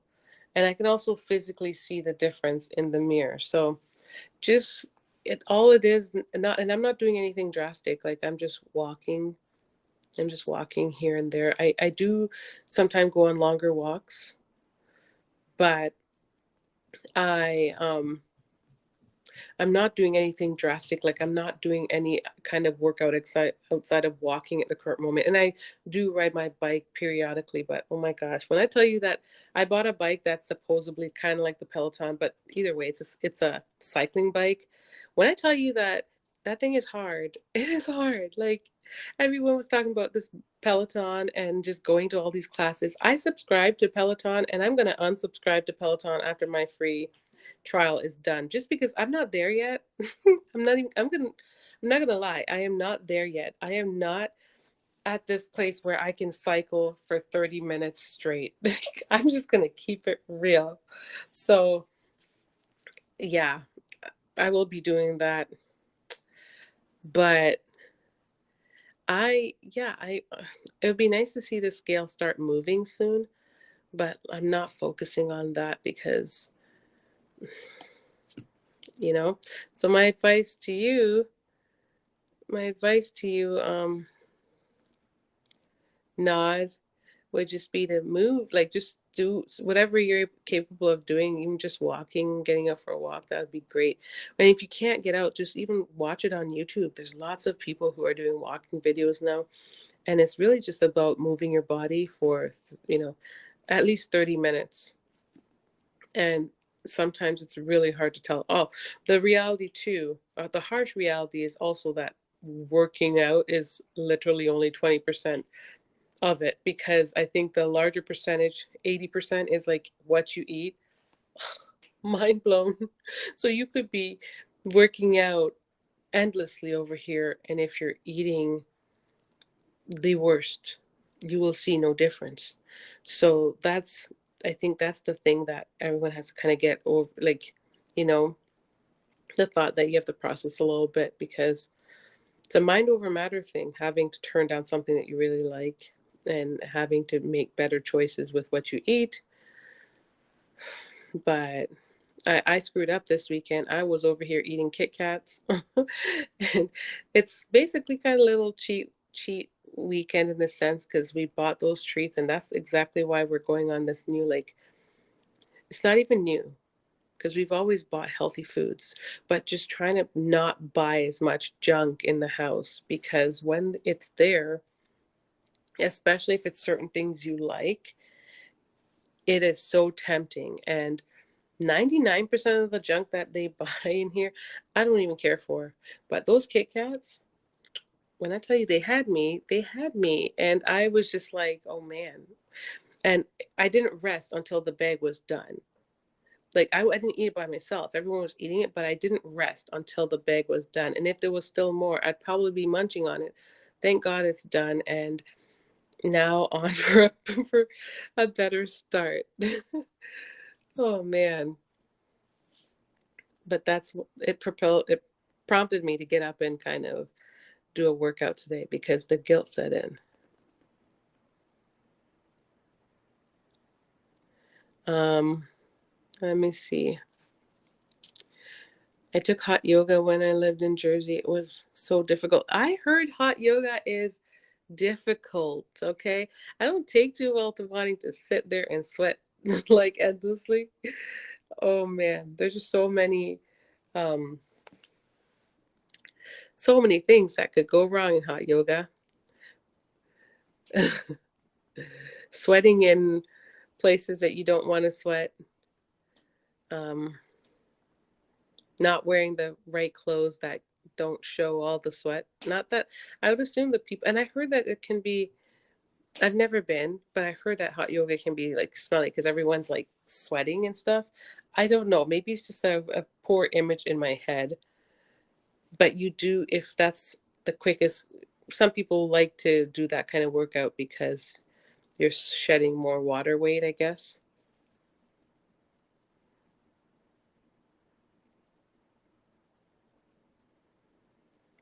Yes, you should look for it. DT, yeah, I gotta look it up to see if it's DD.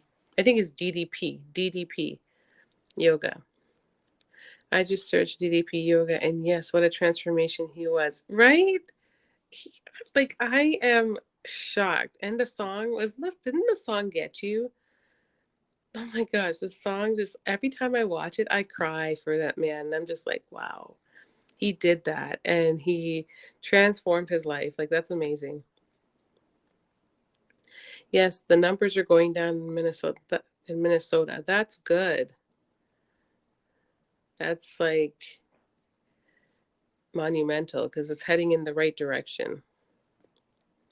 I wear whatever I wash.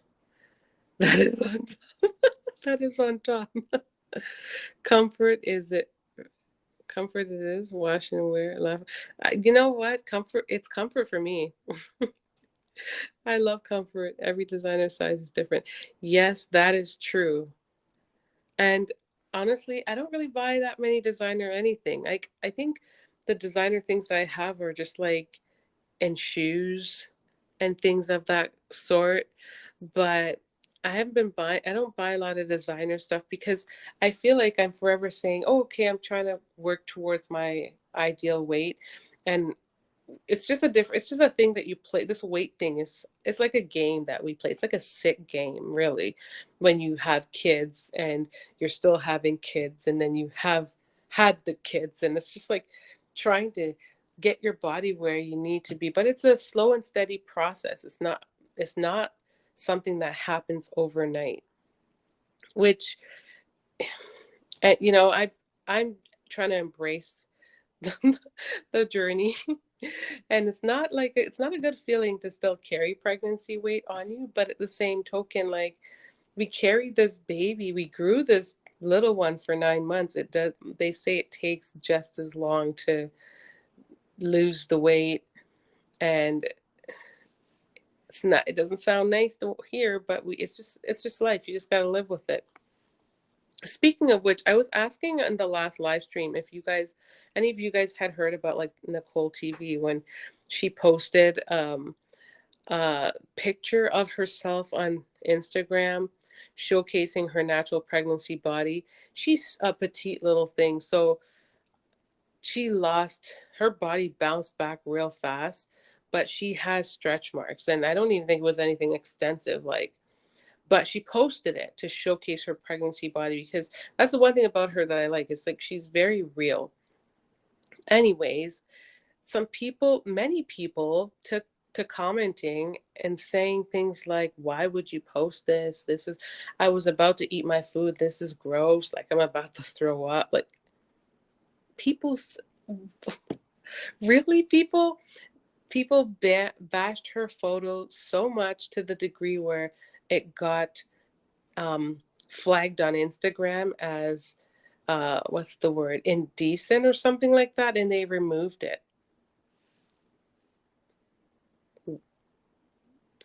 I I'm at a loss for words. Are we for real?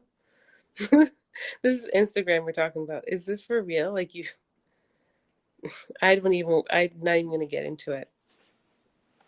I'm still at a loss because there's forever people seeking attention, fishing it for attention in bikinis, but at the same token, a pregnant woman, well, no, she's not pregnant anymore, but a woman who just had a baby can't show her stripes from having a baby. What world are we living in? So I saw that, and that just kind of, I did make a little post about that on my personal Instagram because that made me fume a little bit. I was just like, is this for real? Is this real life? People act so brand new. They're like, they they see those that are running out there faking the bounce back. Yes, there are some women who have kids and their bodies bounce back real fast. Okay, great. Keep it moving. But the there are those as well who are running out there seeking all the surgeries and are doing the most. And when they do that, and I mean, to each their own, you can do what you do, right? If that's what you want to do, you do it. But unfortunately, them doing that sets an artificial standard for not only the other women, but the young ones who are seeing this coming up. they don't know. And when they have stretch marks, or if their bodies don't bounce back and they have loose skin, they're not going to know how to act, because they just don't even expect it. It's not what they see. They see these artificial women who do liposuction and all the things, all, immediately following giving birth, to say they bounce back real fast. And I just, it's kind of, it's sad, because it's just becomes a trend. Like I said, I don't oppose to people doing what they want to do. That's their choice. I just know that in the midst of, things being done, unfortunately, it does kind of add to just the expectation, false realities out there. And then people expect, people just have weird, strange expectations. Like this woman posted a picture of her body, and yet everyone just think that she shouldn't be posting it. It made them sick to the point where they wanted to gag. Really? Like, I'm sure your mama has some stretch marks somewhere. Really? Just, it's just that kind of stuff just irritates my soul.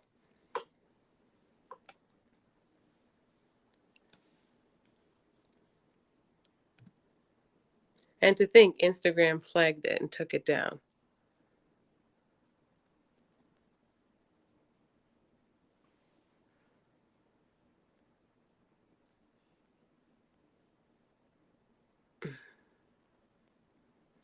I did not eat for 4 weeks with COVID, so lost 20. Wow. 4 weeks. Oh my gosh. So what did you do? Did you just drink liquids? Wow. Same here. I look for easy access for my breastfeeding baby. Yep, it's the only way to go. I hate being in public and struggling with like trying to, you know, get my boob out to try to feed a baby. It's so awkward. Yeah, I do YouTube before COVID, but have not gone back to it yet. Yeah, you should. I didn't know that. I'll look for your channel. I love going on walks. Yes, girl. Me too. I stopped buying junk foods and breads and pastas. I will see how it goes. And if I lose anything left, I'll laugh. You will. Like, honestly, you ever heard of those people who drink pop and if they just cut pop out of their diet alone, they just lose 10 pounds in like a week. It's a for real thing, because you just don't realize how much sugar you're consuming in that one item that you're eating or drinking. And so that's what it's like. It's like hidden in pastas and breads. And what's the other thing you listed there? Let me see. Let me go back and check. Because you listed all the things. You listed all the right things that have it. Well, okay, bread. Okay, you said junk. Okay, you said junk food. And that is the truth. Like, all the sugars and all the things are just hidden in those things, and it's just not good for us. Today while I was filming my clothing haul, I said to myself that I want to, when I lose the weight, I don't know if I want to do that right away, because I don't buy those pants, but when I lose the weight and get to the weight that I want to actually start wearing jeans. I think one of you ladies probably commenting here right now probably stated this on my channel. You said this is why you don't wear leggings. This is why you do stick to wearing pants that fit you, because when you're gaining weight in them, you will know. I've been guilty of wearing leggings for so long. When you gain weight in leggings, you can't even tell. You're just filling out, and you don't realize until you're just, you know? And then it's like, hey, I'm 20 pounds heavier. You don't realize. So I think that's something I want to incorporate more. I just have a love-hate relationship with jeans. Like, yes, they look nice, but and that I've always found issues with finding jeans that fit. And I know many Black women can relate, and I don't even have a lot of junk like that in the trunk. But just having jeans that can go up over and fit exactly where you need it to, you can bend and you don't have a plumber's bum hanging out, that kind of stuff. So I think that's going to be on my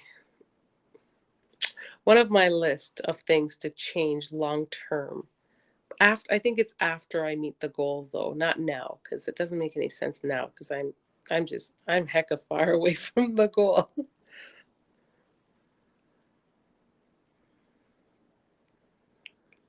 So good luck on your journey, Nod. Keep me posted and that we can motivate each other. Food is so good though. I eat healthy food, but those lemon Kit I know.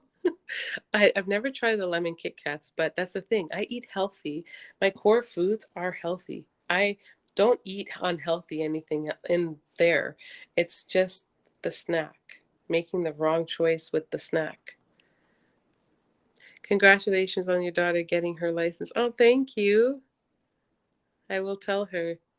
Basically, just love your butt, right? That's exactly it. That's why I say I promote self-love and body positivity. Does that make any sense? Self love is key. Love yourself for who you are. You cannot become anybody else. This actually brings me back to a story hubby was telling me yesterday. We were we took out our eldest to get like a breakfast of her choosing because she got 100% on her biology test. We just wanted to support her and reward her. And while we were out, we were just sharing little stories in the vehicle, and hubby was talking about it was like a show that we used to watch back in the day, Tales from the Crypt. I don't know if you guys knew about that. It's kind of like the equivalent of Goosebumps, but it was for the older kids. And he was talking about the story where there was a man and he was dating this woman. She was younger, and he fell in love with her and he wanted to ask her to marry him, but he didn't think she would say yes because he was older. So he then went and kind of made a deal with this other man and kept switching parts with this man. Like he switched legs with him. Obviously the man got something out of I mean, this is a show, I know, we just take it in with a grain of salt, right? The man had money and he basically the old man had money and he basically paid that other man to have his legs. And then he paid later on to have just all the parts of him until he basically became a whole new person. And then, well, basically became he swapped. They basically swapped bodies. So when the old man finally went to go propose to the woman, she said no. She had no interest in him. And then she ended up going with the old man. Hubby and I were trying to figure out if it was the fact that is it just because he had money why she went with him, or was it because she just genuinely loved him? But either way, this man changed his whole self to become somebody else, and yet she still chose the old man. It just doesn't happen to be him anymore. Oh my gosh. Be yourself. One has got to be themselves because, like, why not? We all have differences. We all have different things to offer. And we should just embrace who we are. I know it's easier said than done. It's a process. And you will have bad days. You will have days where you feel like crud, but you just pick yourself up and remember to love yourself again. It takes a year to lose baby weight. Yes, it does. Yes, when I first had my son, I lost so much weight, and then in January, I dealt with the grief in my family. I gained back fluff around my stomach. Yes, I know that I feel the same way with my little one. Like I didn't deal with anything in particular, but I did lose a lot of it. My stomach was flatter, and then all of a sudden, it just felt like I had gained back weight. It always happens. I think they say it comes with like breastfeeding because you're eating a little bit more. I bounced back after all my kids, but when you turn 50, you got to work harder to lose the weight. I I've heard this, and I'm not even there yet. I'm going to be 37 and I feel it because I find that I have to work harder. I can hear fireworks outside right now, by the way. People are celebrating Victoria Day a little bit early. It's a little bit premature. It's 12:47 for crying out loud. Can't you wait till the morning?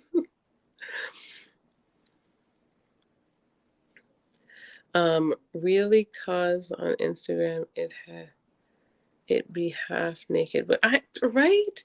Exactly. On Instagram there'll be all kinds of half naked women and men, and then they're flagging a pregnant woman. She's not pregnant. Forgive me. They're flagging a woman who is showcasing her postpartum body, and it wasn't like she was indecent up top. She was wearing a sports bra that literally covered her, so it wasn't like she's out there wearing like a bikini, going, "Look at me." I had 35 fibroids removed in 2019. Believe the scars will be. Oh wow. Oh my goodness. That's a major surgery, right? Because they do, I think, isn't that scar equivalent to like a C-section? Happy everything went well though, because you're here chatting with me. Thanks for the likes. Is your name Buff? I'm the worst at like pronouncing people's names.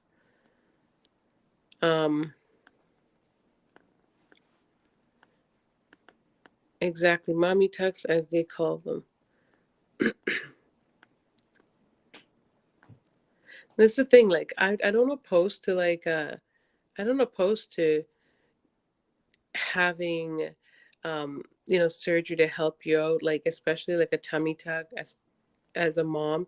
I can understand the insecurities with that. I've had babies, I know, but I just think like the idea of thinking that you can't take time to heal and your body needs to be 100% and it needs to be that ASAP. Like, who are you doing that for? Yourself? For other people? Like, your baby doesn't care. I know that.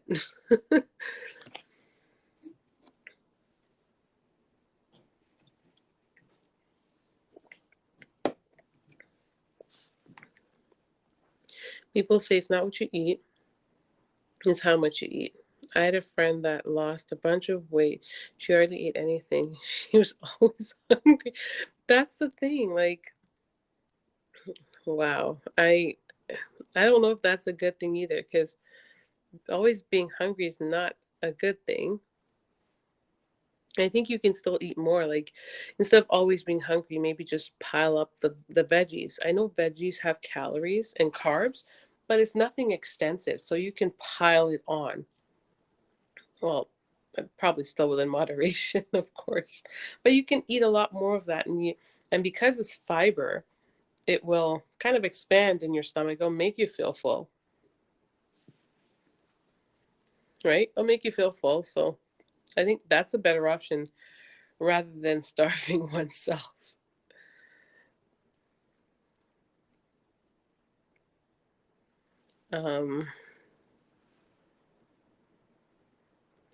35 birds. Wow, I have them as well, but not so many. I didn't realize how common fibroids was or were.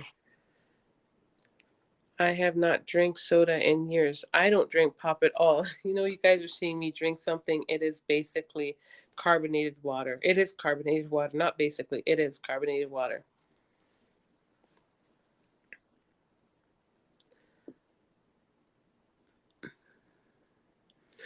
Fibroids grew back, so decisions to remove them again.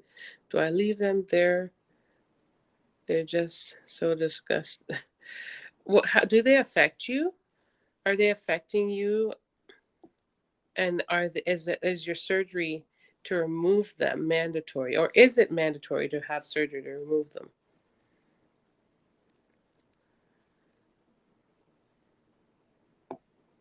Oh, you have fibroids. That's why the doctor says that's why your tummy isn't flat. Oh, okay.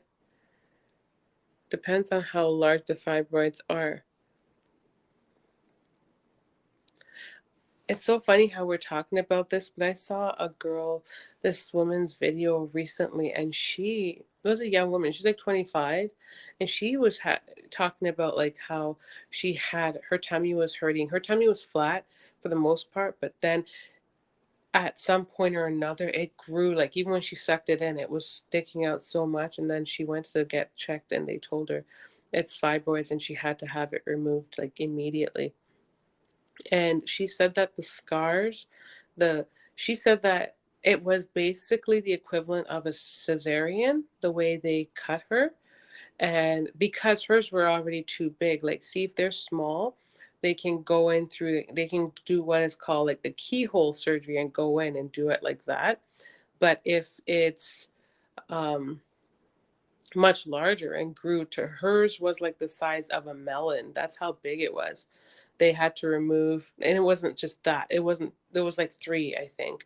They removed them, and she had to be cut because it was that extensive. She had to have someone like help her out for I think 4 weeks because they told her that she would have a mandatory she would have a 4 week recovery, which she thought wasn't going to be a thing, but it ended up being a big thing. She needed the time to recover. So that's interesting how we were talking about this, and I just saw this recently.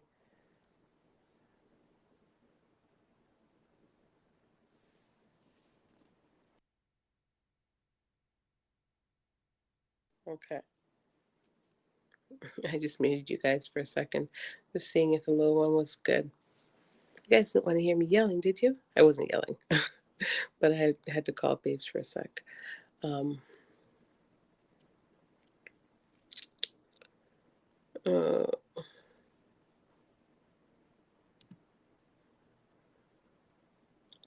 I used to watch the show Tales of the Crypt, right? I used to too. Spook myself out. My goodness. You remember, babe, someone remembered the episode you were talking about. Yeah, that's so funny.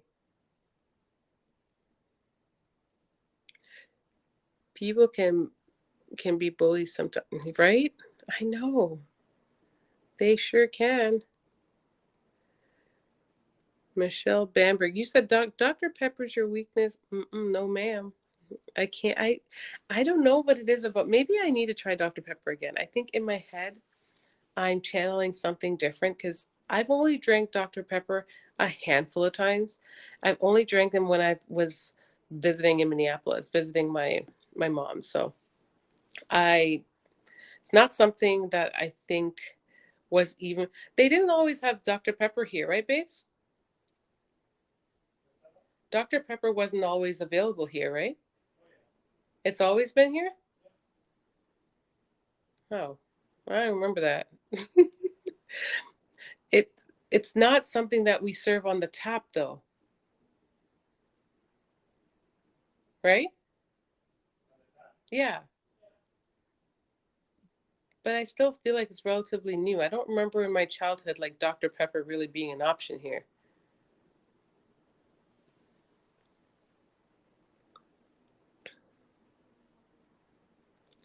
I have a friend, boyfriend told her, lose 25 pounds, I'll marry you. She did. He married her, but she didn't lose any more weight, and he divorced her. Oh my gosh. That's that's terrible. That is not that's how can you just marry someone, A, just because of that? I mean, looks are important, and I guess we all have body types, but you're going to tell someone they have to lose weight or you're not going to marry them. At that point, I'd be like, okay, you keep it moving because God forbid anything were to happen to her and she end up gaining more weight or gaining the weight. Talk about not in it for the long haul. Oh my gosh. You'd be telling him you ought to lose that. Maybe if you lost your nasty personality, I might marry you. Oh, jeez.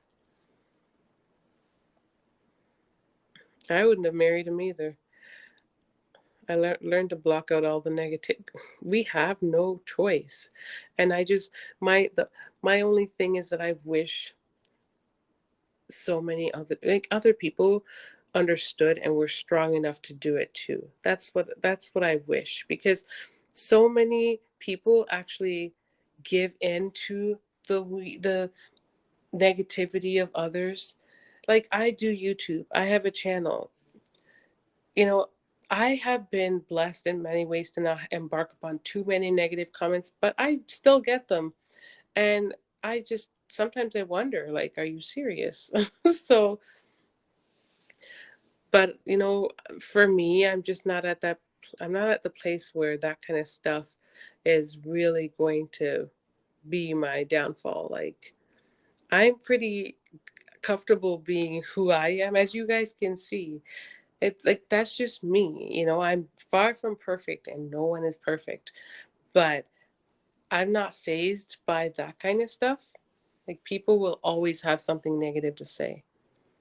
And you just take it. I don't want to say take it, but you just let them talk, because if you give in to it, you're letting them win.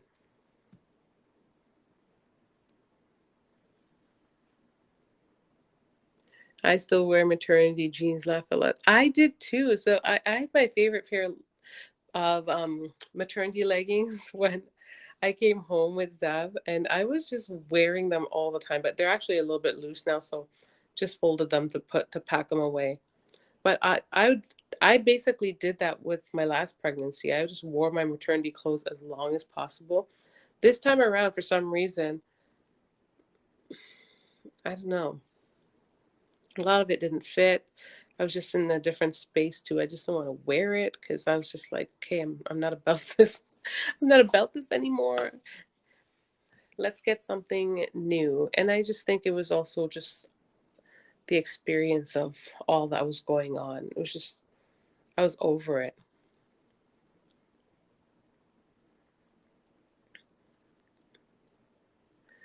Only respectful people should be allowed on social media, right? I agree, exactly. The only problem is we don't know who's respectful from who is not, because you have people on there being real snakes. They can look like one thing, and you give them enough time, and then they show who they really are.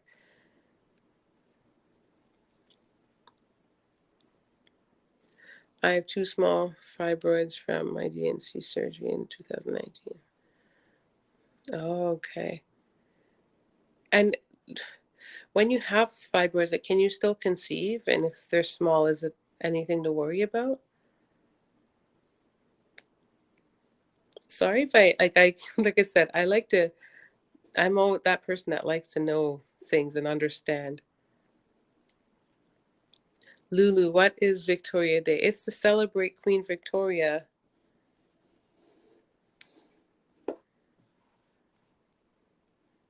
Queen Victoria.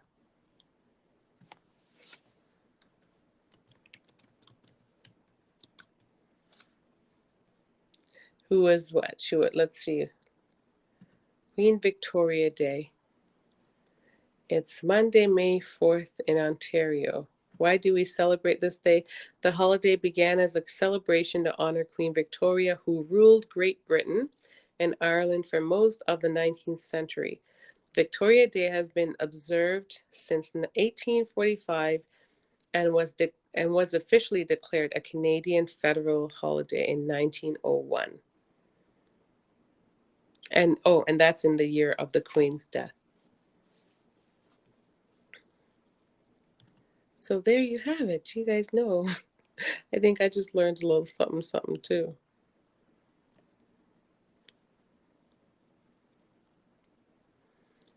Um, um, I'm sorry about your DNC, silly mommy.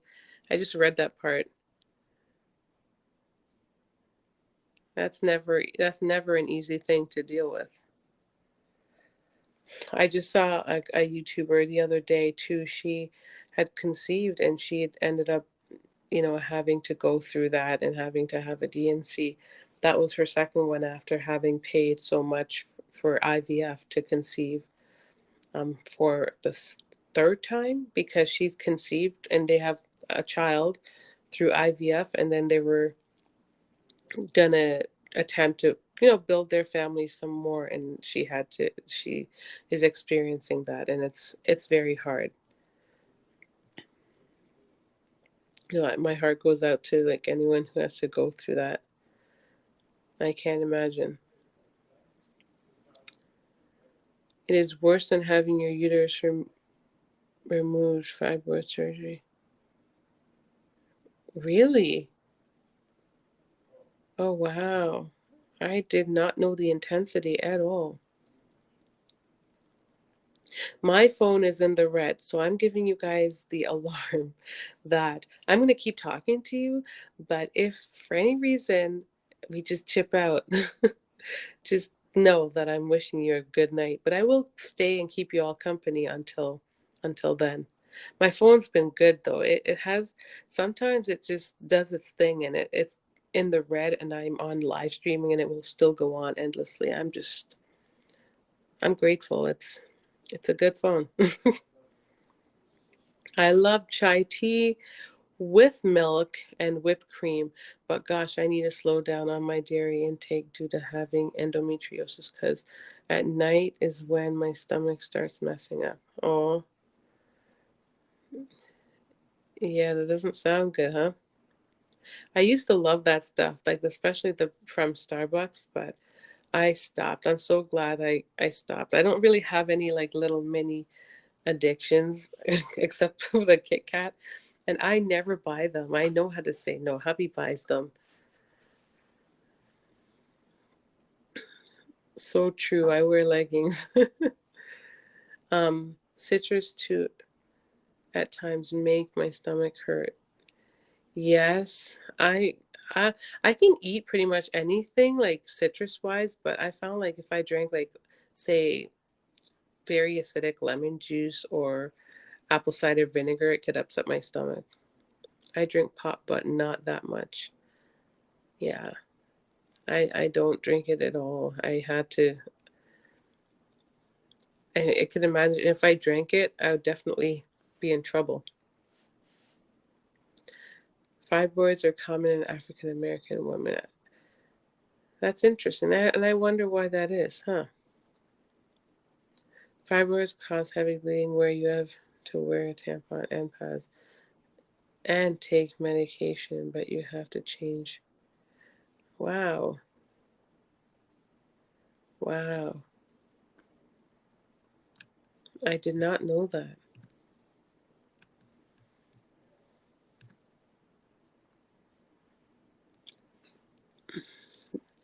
Dr. Pepper is okay, but my favorite Sprite is the thing, okay? Sprite is where it's at. If I were, when I was pregnant with Zavi, I craved Sprite a little bit. Okay, so I said, correct me. Let me correct myself because before I get called out, I don't drink pop ever on the regular, but when I was pregnant, I did crave it here and there, and I would drink. I'd drink, so I'd order a pop, but I'd have like a few sips. I wouldn't drink the whole thing, or because it was actually one of the very things that would help relieve my nausea in the beginning stages of my pregnancy. So that was actually quite cool. It helped me out a ton, and even the ginger things weren't working, but something with a little bit of flavor and a little bit of fizz definitely did the trick. Someone said, Michelle's asking me, how am I feeling after having a C-section? I had my first with my fourth son because he was a footling breech. I'm hoping to have a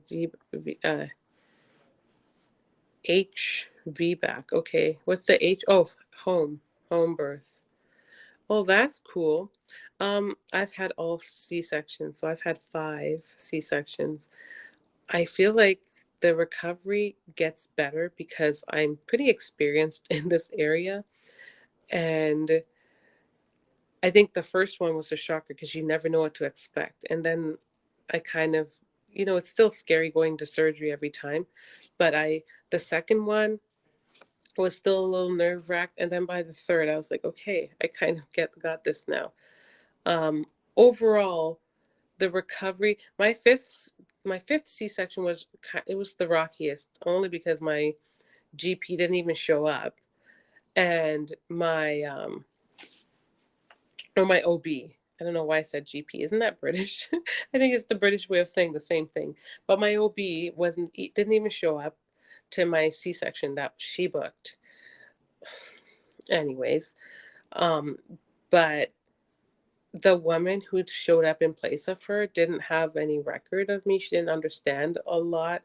And so she was like, I guess, more surprised about various things, such as my number of surgeries and whatnot. Anyways, overall it went pretty decent. And there's a bit of trauma that was involved in there. And I still want to do a sit down video on it. I was supposed to, because there was a lot of trauma involved in that, in terms of like me trying to get the what do you call it?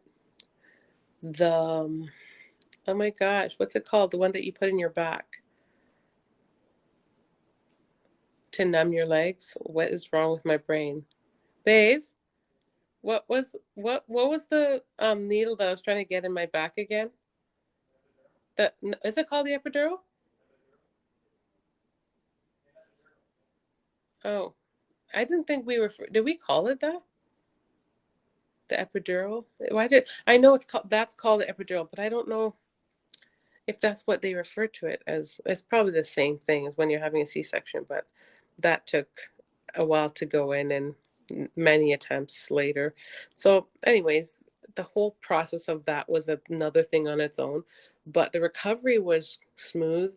My mom was here to help me for the week, and oh my gosh, it just changed everything. Like, I was so grateful. It was such a different experience. And hubby was off. It was a lot of getting to relax. The only thing that was a little different was my body transitioning from me eating salt, because when I'm pregnant, I'm capable of eating salt and my blood pressure doesn't go high. And it's because like I have like 50% more blood flowing through my body. So my body is capable of eating salt. But what I failed to do was to kind of wean myself off the salt closer to delivery. Instead, I was still eating the salt, and it was just kind of, you know, going through my body, and it was making me. That's when I had to go on medication for preeclampsia post birth. So, but the C-section itself was actually, um, the recovery part was pretty decent. I still do think there's a little difference in this one, just because I was working on my core prior to getting pregnant, and then I took a little bit longer to start working out this time around. So my core did need a little bit of help, but it's an area that I'm always working on.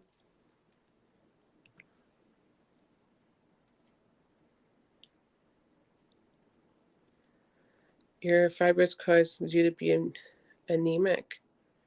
Oh wow. So do you take iron medication, like supplemental pills, or like do you drink the liquid? I'm just curious because I've been known to take iron supplements here and there, but at the same token, I keep hearing that like you can't, it's really hard to digest or increase your iron. It's better to eat it through the foods. So I'm just curious to know how you bring your levels up.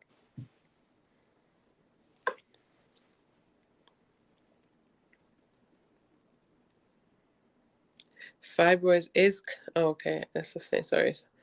Exactly. Even in family, there can be snakes. Yeah, that is so true. You can still become pregnant with fibroids. Oh, okay. Hi. Hi, Jazz. Cherry vanilla Dr. Pepper is my favorite. Cherry vanilla. Cherry vanilla. Oh, that sounds good.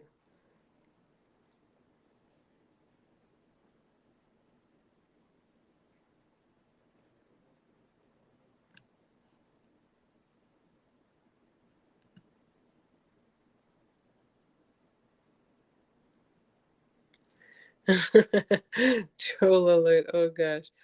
Thank you, hun. Uh,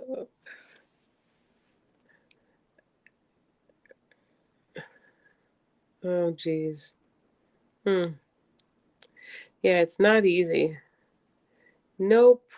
Watch a vlog where the wife was fibroids and was pregnant. She started to bleed and thought she was losing her baby, but it was just a fibroid bleeding. Oh, wow.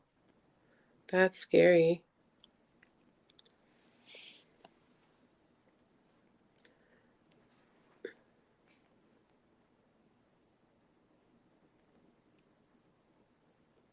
Yeah, stomach is hurting now. Are you sure it's not it's not a lactose? Is that what you're referring to? Like maybe it's lactose tolerance? I wish I could find you on Facebook or something, silly mommy.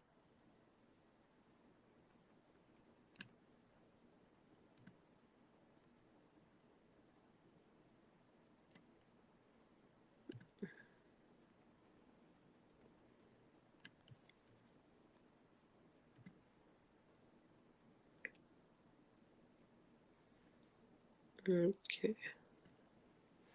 I heard once you have a C-section, then they have to continue. Not sure if that is true. That's what that's often what they tell you, and that's what you kind of think. It's a mentality that you kind of develop. But as I've grown older and I've had other kids, I've realized that I missed out on the opportunity to advocate for myself. I could have maybe said no. Like with my first, did I was told from 5 months that I would have to have a C-section, and so it was booked for like the 13th of April. However, on the 3rd, I went into labor on my own, went into the hospital. By the time I got there, I was 9 centimeters. And at that point, I didn't even try to push. Like they said, "Do you want to push?" And I was so freaked out. Mind you, I was young. I was 19, turning 20, and uh, they asked if I wanted to push, and I didn't want to try. I didn't even attempt because I was so freaked out by what my OB put in my head. I felt like I had no other option but to trust what she said. And I didn't even second guess it. So that led me down the path of a C-section immediately because I kind of just went with what she said. The main thing that sticks out in my head is her telling me that baby can come out and get stuck in the birth canal because she's so big. And mind you, she wasn't wrong. My firstborn was big. She weighed 9 pounds 12 ounces, being 2 weeks early because her original due date was the 17th of April. So she came really early. Well, I don't know if that's really early, but she came the 3rd of April. So that's 2 weeks early, and she weighed 9 pounds 12 ounces. Like she was a big baby. Had she gone the other 2 weeks, I don't know how much she would weigh. But that scared me. That got in my head. I worried about making a choice outside of what my doctor ordered me to do, and worried about the safety of my child. Now, moving into the second C-section, they basically kind of I've always heard the saying, basically, since you've had the first C-section, you'll have another one. That's what my doctors said to me. They never even asked me the option. They never even presented me with an option of, do I want to have a VBAC after a C-section? That wasn't even an option at all. So yeah, it's just kind of forced upon you in a sense. Yes, it is. I can respect the C-section because it is life-saving. It's a game changer. There's so many reasons why it can be necessary and so many babies that it has saved. But then there are also scenarios in which didn't have to occur, where a mom didn't even have to have a C-section, but it's just one of those things. I've heard moms being told that they were going to have a C-section, they were had to have one because their baby's large, and their baby was only born weighing like 6-7 pounds. That's a reasonable sized baby. Lots of women push out that size baby. Women push out 9-pound babies, but it's just, you know, do I have any regrets? I don't think so, because for me, I don't have a choice but to move forward. And I've been very blessed at this point with all these babies. Now I will continue to pray. If there are more babies in our future, I will pray about it and God will let me know. My heart will feel it if it's the right thing. But it is what it is. If there are any women who have had one, I definitely, especially being that you've only had one, I've heard of women who've had one and have gone on to have like a VBAC. So I don't think that's out there.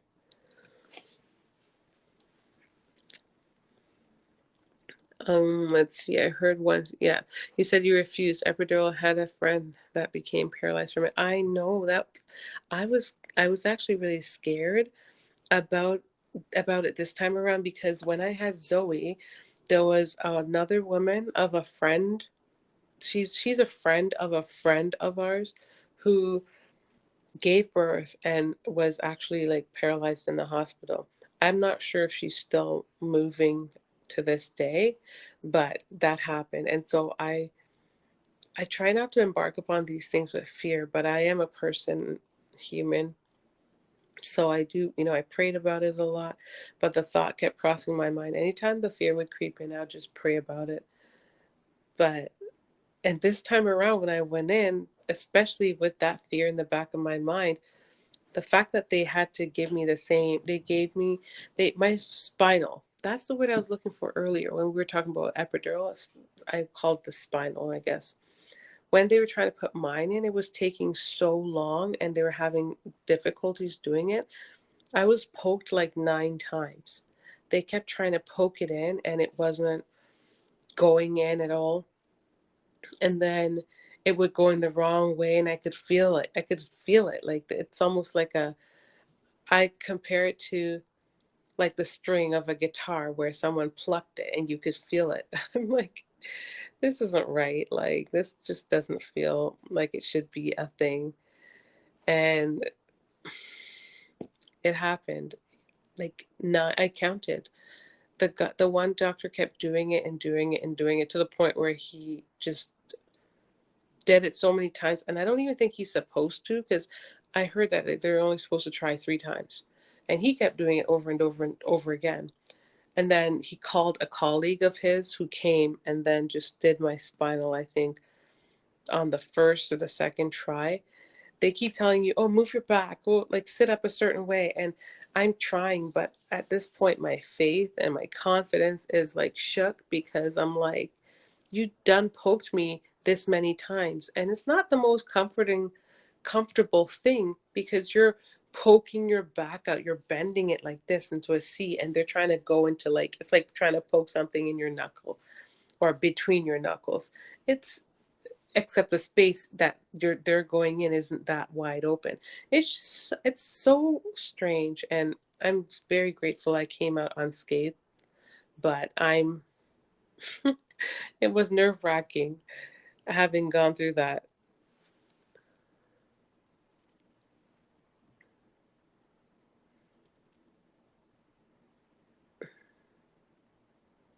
I would not want an epidural again. Now all my kids except my last one, I got the epidural, even though with one of my pregnancies it didn't do nothing for me. Oh geez, that's the worst. You're gonna get it and then it still does nothing for you. Oh my.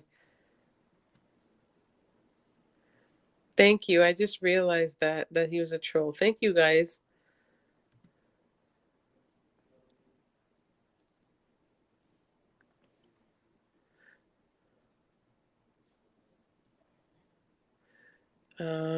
Fibroids do the I took iron pills for years, but blood would drop to -2, so stopped taking them.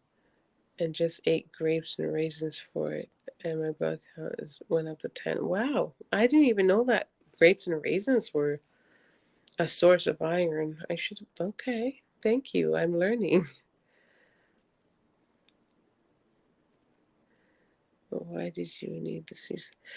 They said I needed it because the baby was measuring large, is what they said. I did have gestational diabetes with that pregnancy, and I had it since I was like 20 weeks pregnant. So by the time they discovered it, the baby was, they said she was already big. At like 5 months, my doctor's like, "Hun, you're going to need a C-section."